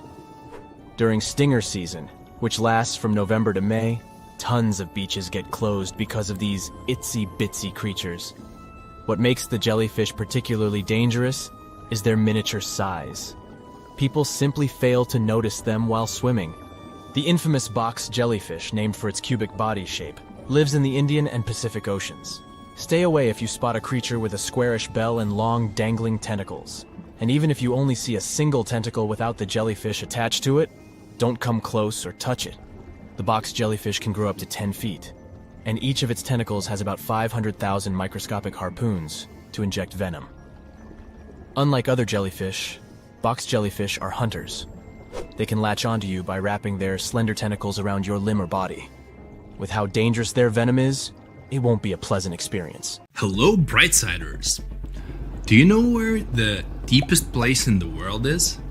I think it's in the Pacific Ocean, near the Philippines and Papua New Guinea. It's the famous Mariana Trench. So let's take a tape measure, a very long one, and attach its end to the boat on the surface. Now we hold our breath and jump in the water. Fish and marine animals swim by. We descend lower to the depths and into total darkness. And after several hours, we reach Challenger Deep. The tape measure shows a depth of 36,200 feet. The famous Mariana Trench is not the deepest place on Earth, as everybody thought. The Kola super deep borehole located in Murmansk region in Russia beats it by a wide margin. And scientists have discovered something unusual and sinister there. When geologists were drilling the hole, they could reach the depth of 9 miles. And then they encountered voids. Scientists on the surface were surprised and scratched their heads and then decided to lower a microphone and dozens of other sensors in these voids. The temperature down below turned out to be 2,000 degrees Fahrenheit. And the microphone recorded something that sounded like human groans and screams. Many people thought the scientists had been able to drill into the underworld. The shocked people up above had already begun to panic, but suddenly an unknown creature jumped out of the drill pipe. It looked like a black goat that walked on its hind legs. Its body was shrouded in black flames. The creature got out of those deep hollows and ran off into an unknown direction. Okay, wait. These are just myths that one newspaper published on the 1st of April. It's International Joke Day, by the way, but many people believed it. It made many believe the scientists working at the borehole had opened a portal to the nether, and that now horrible, outworldly creatures were free from their imprisonment. But like with any myth, there's some truth to it. The deeper the scientists drilled, the higher the temperature got. At 3 miles deep, it was 160 degrees. At 4.5 miles, it was 250. and at the maximum depth of 7.5 miles, the sensors recorded a temperature of 413 degrees. One day, scientists heard a loud explosion underground. They stopped working and everyone tried to find out what caused such a loud pop. But there was seemingly nothing there. After a while, they continued drilling deeper, and at the same depth, no accidents happened. The drilling began in May 1970. They passed the first 4.5 miles quite easily, and it was primarily hard granite rock. It was like drilling through a hard wall. But then their drill went into softer layers, and the shaft of the hole began to crumble. It was like drilling in wet sand. Every time the workers took the drill out, there was a risk that the hole would collapse under its own weight. As that eventually happened, the scientists picked a new direction to drill, and you know what's interesting? In the end, the map of the entire well looked not like a straight beam from top to bottom, but like a tree trunk which had diverged into many different routes. 9 years later, scientists reached the depth of 31,400 feet and broke the world record for the deepest borehole. By 1983, they made it another 8,000 feet deeper. After a brief pause in the work, there was an accident. A part of the drill broke away from the main body and remained in the borehole. For several months, scientists tried to extract the drill, but nothing worked, and they had to return to the depth of 4.5 miles and start all over again. The drill was divided into sections, and one such unit could only last about 4 hours before it had to be replaced. In terms of depth, that was only about 32 feet of drilling. Then the drill was lifted to the surface, replaced, and lowered back down.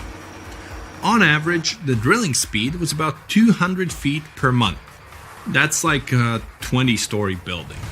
In 1990, 20 years after the work had begun, scientists reached the final depth of 40,230 feet. That's like 100 soccer fields down. And after another accident, the work stopped. Guinness World Records registered the Kola Super Deep Borehole as the deepest borehole in the world. It's like Mount Everest plus 9 Empire State Buildings on top of it. One of the most unusual discoveries at the Kola Super Deep Borehole was that the soil at the depth of about 2 miles almost perfectly matches the composition of the surface of the moon. It has given us more insight into how our ancient satellite appeared and formed. It seems that in the early stages of Earth's formation, a giant asteroid crashed into our planet. With that kind of force, it caused an explosion so powerful that part of our planet broke off and flew upward. This chunk of Earth remained in our planet's orbit, cooled, and later formed into the moon we know today. Another surprise for the workers was the presence of gold. There was about 2.5 ounces of gold for every ton of soil lifted. The deeper the scientists went, the older the rocks were. In layers of rock about 2.8 billion years old, they found fossilized remains of living organisms. It made the world of science bubble with excitement, as it meant that life on our planet appeared 1.5 billion years earlier than first thought. In the early 1990s, they shut down the drilling project. Gradually, the buildings around the borehole and the drilling equipment were lost. Today, a lot of tourists visit the place. It's because of those same myths about creatures from the underworld. Yes, there's a hole 7.5 miles deep under that rusty lid. But the scientists working there never reached their goal. They wanted to drill into the Earth's mantle, but to do that, they would have had to dig down to a depth of about 44 miles. At 200 feet per month, it would have taken as long as 80 years. That's assuming no accidents happened. But the deeper it goes, the more interesting it gets. A few years ago, they found a massive amount of water deep underground. Somewhere up to 370 miles down, there's a substantial ocean billions of years old, and the amount of water there is several times greater than in all the oceans, seas, and rivers combined on the surface of Earth. The water there is at a scorching 2,800 degrees Fahrenheit. But because it's under a tremendous pressure, it doesn't evaporate. It's encased in a crystalline structure of minerals. This ocean was formed in the early stages of our planet's development, when there was only hot lava and debris of space bodies around. But the most exciting thing you can find by drilling is living organisms. They've been there in isolation for billions of years, and they can give us clues as to how life came into being in the first place. Scientists in Antarctica have created a similar borehole. An entire lake half the size of Lake Ontario was discovered under the thick ice. The amount of water in this lake is only 3.5 times less than in the Lake Baikal, the largest lake on Earth by volume. The ice that hides this lake is at least 20,000 years old, and the water beneath it has been isolated from the outside world for about 15 million years. While drilling, scientists lifted a chunk of ice from deep down below and found an unknown bacterium on it. Its genetic code was only 86% similar to known living organisms. That means that we've never seen bacteria like this before, or it had come from outer space. But that's just a theory. We know that these bacteria can live in unusual conditions and at water temperatures below freezing. The composition of underground lake water is also different from what we're used to. There's a lot more oxygen and carbon dioxide in it. Add to these conditions complete isolation, and we get living organisms that have developed and evolved in a completely different way. Do you understand what it means? The study of deep organisms may give us a clue as to whether life could exist beneath the ice on other planets or their moons. For example, Saturn's moon, Enceladus, has ice 24 miles thick. There may be an ocean underneath, which is heated by thermal springs. That's all for today. And guys, remember, let's become smarter every day together with Brightside. Texas is home to some of the oddest, creepiest, and most unusual animals you've ever heard of. It might come as a surprise, but this state is full of creatures you'll hardly see in other places. So, let's have a look at the most amazing ones. This truly beautiful bright blue creature is called the blue sea dragon. Despite such an imposing name, the critter is actually tiny, usually no bigger than a grape. You may find it on the beach or floating beside you in the water. Now, you need to remember one thing. However pretty this little slug may look, never ever touch it. One tourist spotted a few of these pretty dragons on the shore of Mustang Island. He scooped one of the creatures up. He wanted to film it. Luckily, he put it back into the water before it could sting him. Otherwise, it would have ended badly since the blue sea dragon is venomous. Despite their tiny size, their sting can pack a punch, all because of their diet. Their favorite dish is the Portuguese man-o-war, a jellyfish that has enough venom to paralyze small fish and crustaceans. The blue dragons first use mucus to neutralize the jellyfish's infamous stinging cells. And then they steal these cells from the man-o-war's tentacles and store and concentrate them within their own tissues. Then they release these stinging cells on contact, which makes their own sting more powerful, even worse than that of the man-o-war itself. These awesome creatures are also extremely sneaky. Even though their appearance is bright, to say the least, they're well-known masters of disguise. You see that vibrant blue coloring is actually on their bellies. and when they float on their backs, they simply blend with the water. As for their backs, they're great to camouflage these animals on the seafloor. Now how about a funny fact? A group of tiny dragons floating together is called a blue fleet. And another fact, blue dragons normally lay a string of around 16 eggs, and it takes them 3 days or so to hatch into larvae. Blue sea dragons rarely make it to the shore. They're soft-bodied, so when the animals finally get through the surf zone and are deposited on the shore, they're already broken apart. And still, watch out! Even in this case, the venom in their bodies doesn't dissipate. But of course, blue sea dragons aren't the only unusual animals inhabiting Texas. Have a look at this nightmarish creature, poisonous, slimy, and kinda immortal. Meet the hammerhead worm. The worst thing? It might be lurking in your garden while you're watching this video. You can easily recognize this worm by its creepy spade-shaped head. It doesn't look like any other invertebrate you've ever seen, or any other creature, that is. At first, it was only found in East Texas, but later, researchers spotted these spine-chilling creatures in North, Central, and South Texas. Basically everywhere but the arid areas of West Texas. One of the most terrifying things about this worm might be its length. This creature can grow as long as 1 foot. Luckily, such giants aren't very common. Most hammerhead worms only reach 6 inches in length. You can come across 2 species of these worms in Texas, and both of them will have a dark stripe down the middle. The larger of these 2 species munches on earthworms, which is actually a big problem.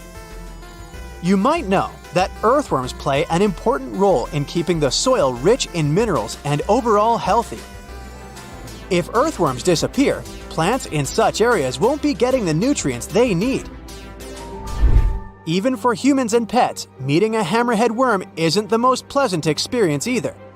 Hammerheads are the only terrestrial invertebrates that secrete a very dangerous neurotoxin, the same as pufferfish produce. Thanks to the sheer size of the human body, touching a hammerhead worm won't hurt you too much, but it may still cause your hand to start tingling or even go numb. It's much more dangerous for pets. There have been cases when dogs ate hammerheads, which left them feeling sick for the whole day. Interestingly, these worms are native to Southeast Asia. But they must have mastered the art of hitchhiking, since in the early 1900s they were already found in the US. Keep in mind that if you want to get rid of a hammerhead worm, which is the best course of action, the worst thing you can do is chop it with a shovel. The thing is, flatworms reproduce by ripping themselves in half, so by cutting it, you actually help the populations of the worms, turning 1 into 2.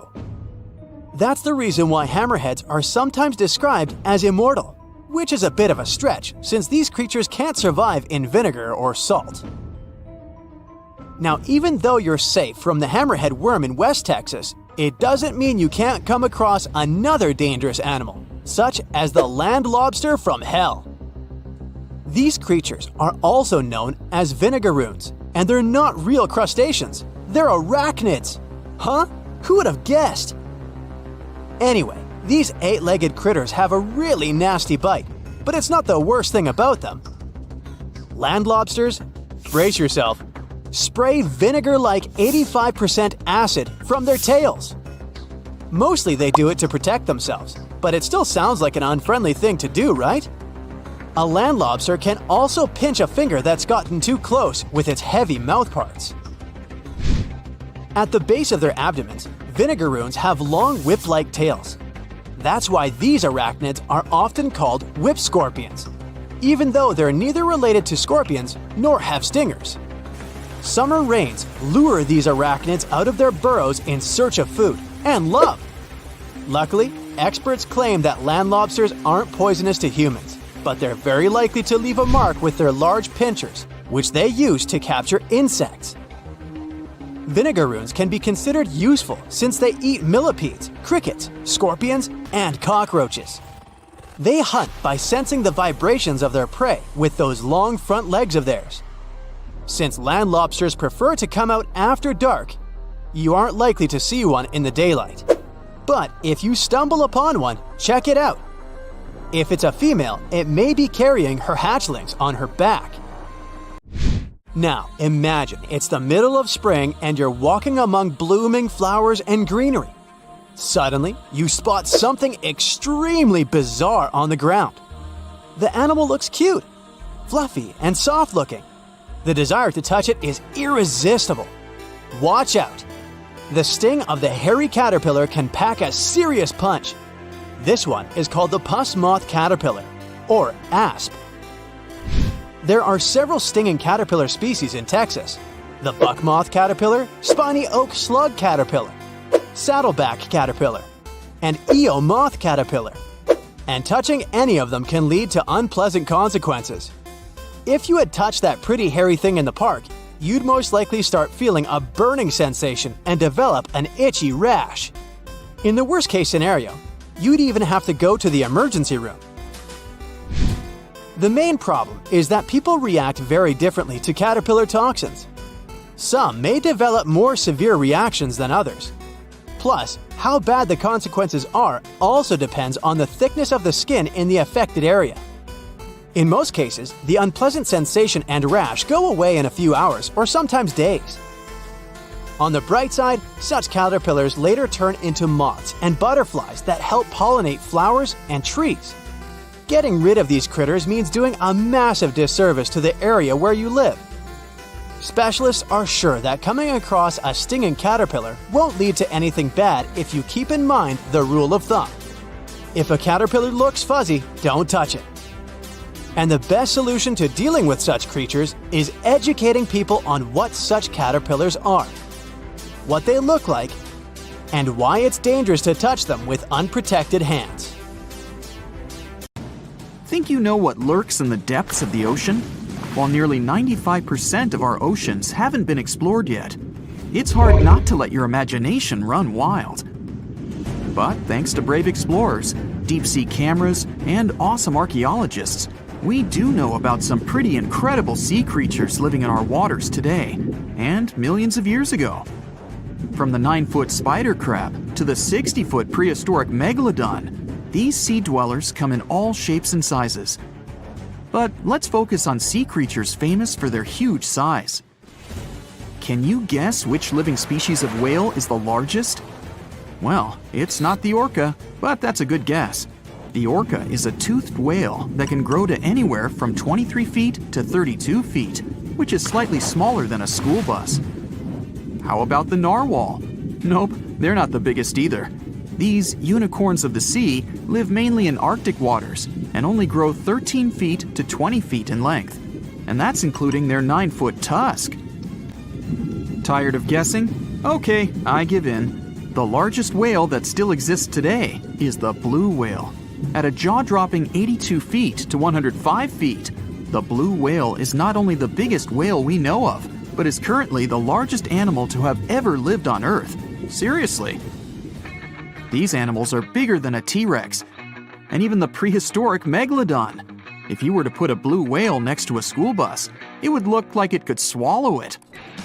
Think about that. According to National Geographic, a blue whale's tongue can weigh the same as an elephant. And their hearts can weigh as much as a car. That doesn't even sound possible. It's no wonder these giants need to eat about 4 tons of krill every day. While there aren't too many animals living today that can compete with the blue whale's epic proportions, there is an entirely different species that is a good contender, and it's not quite what you would expect.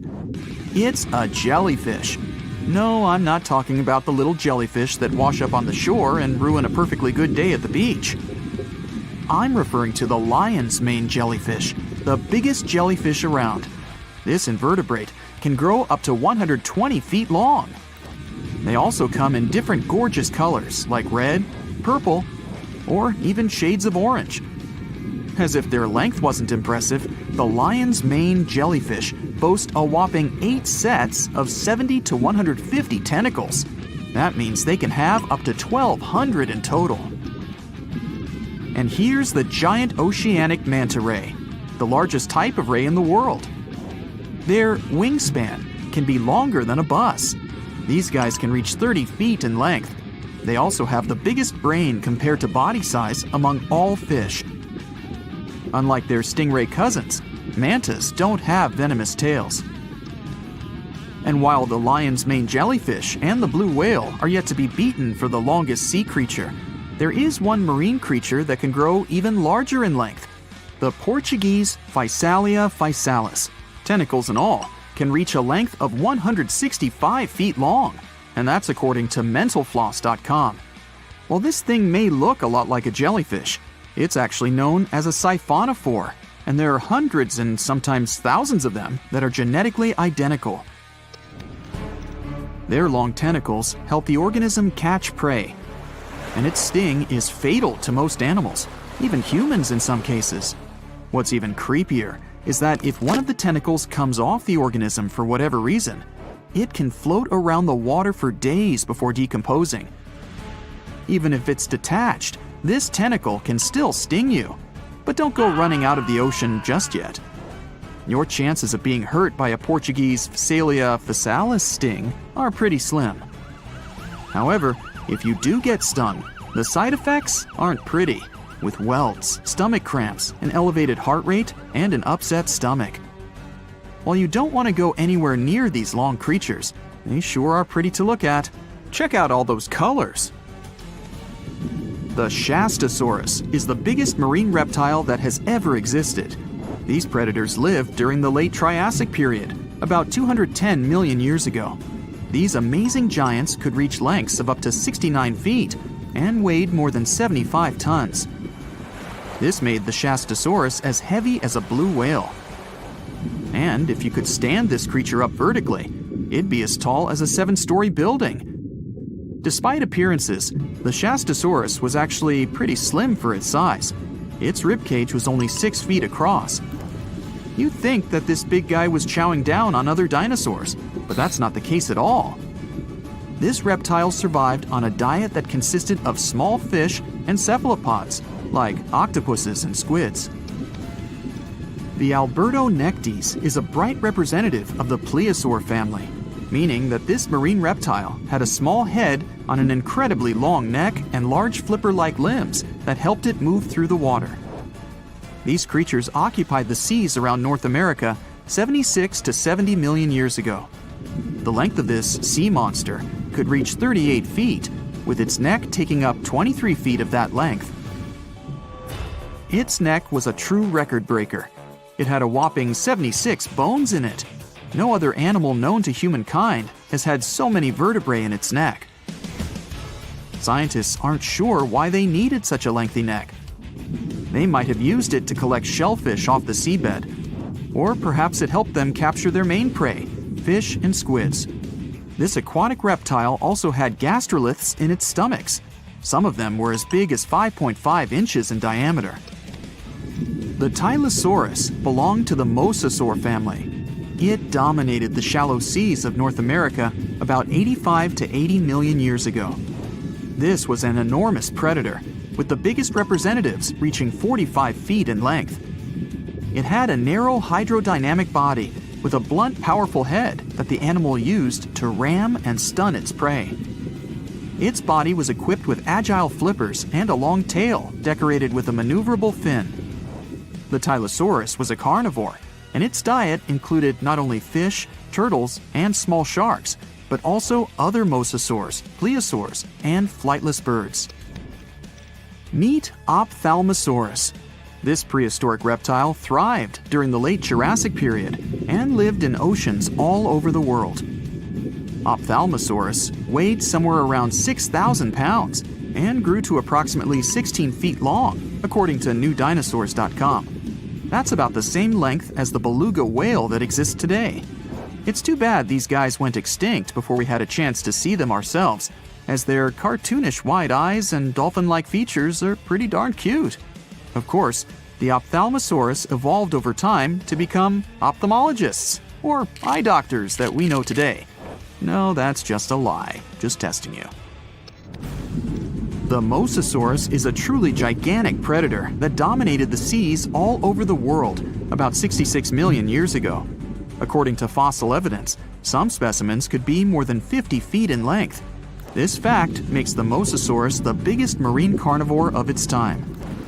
One of the most terrifying things about this creature was its crocodile-like head, decorated with literally hundreds of razor-sharp teeth, neatly organized in 2 rows on both jaws.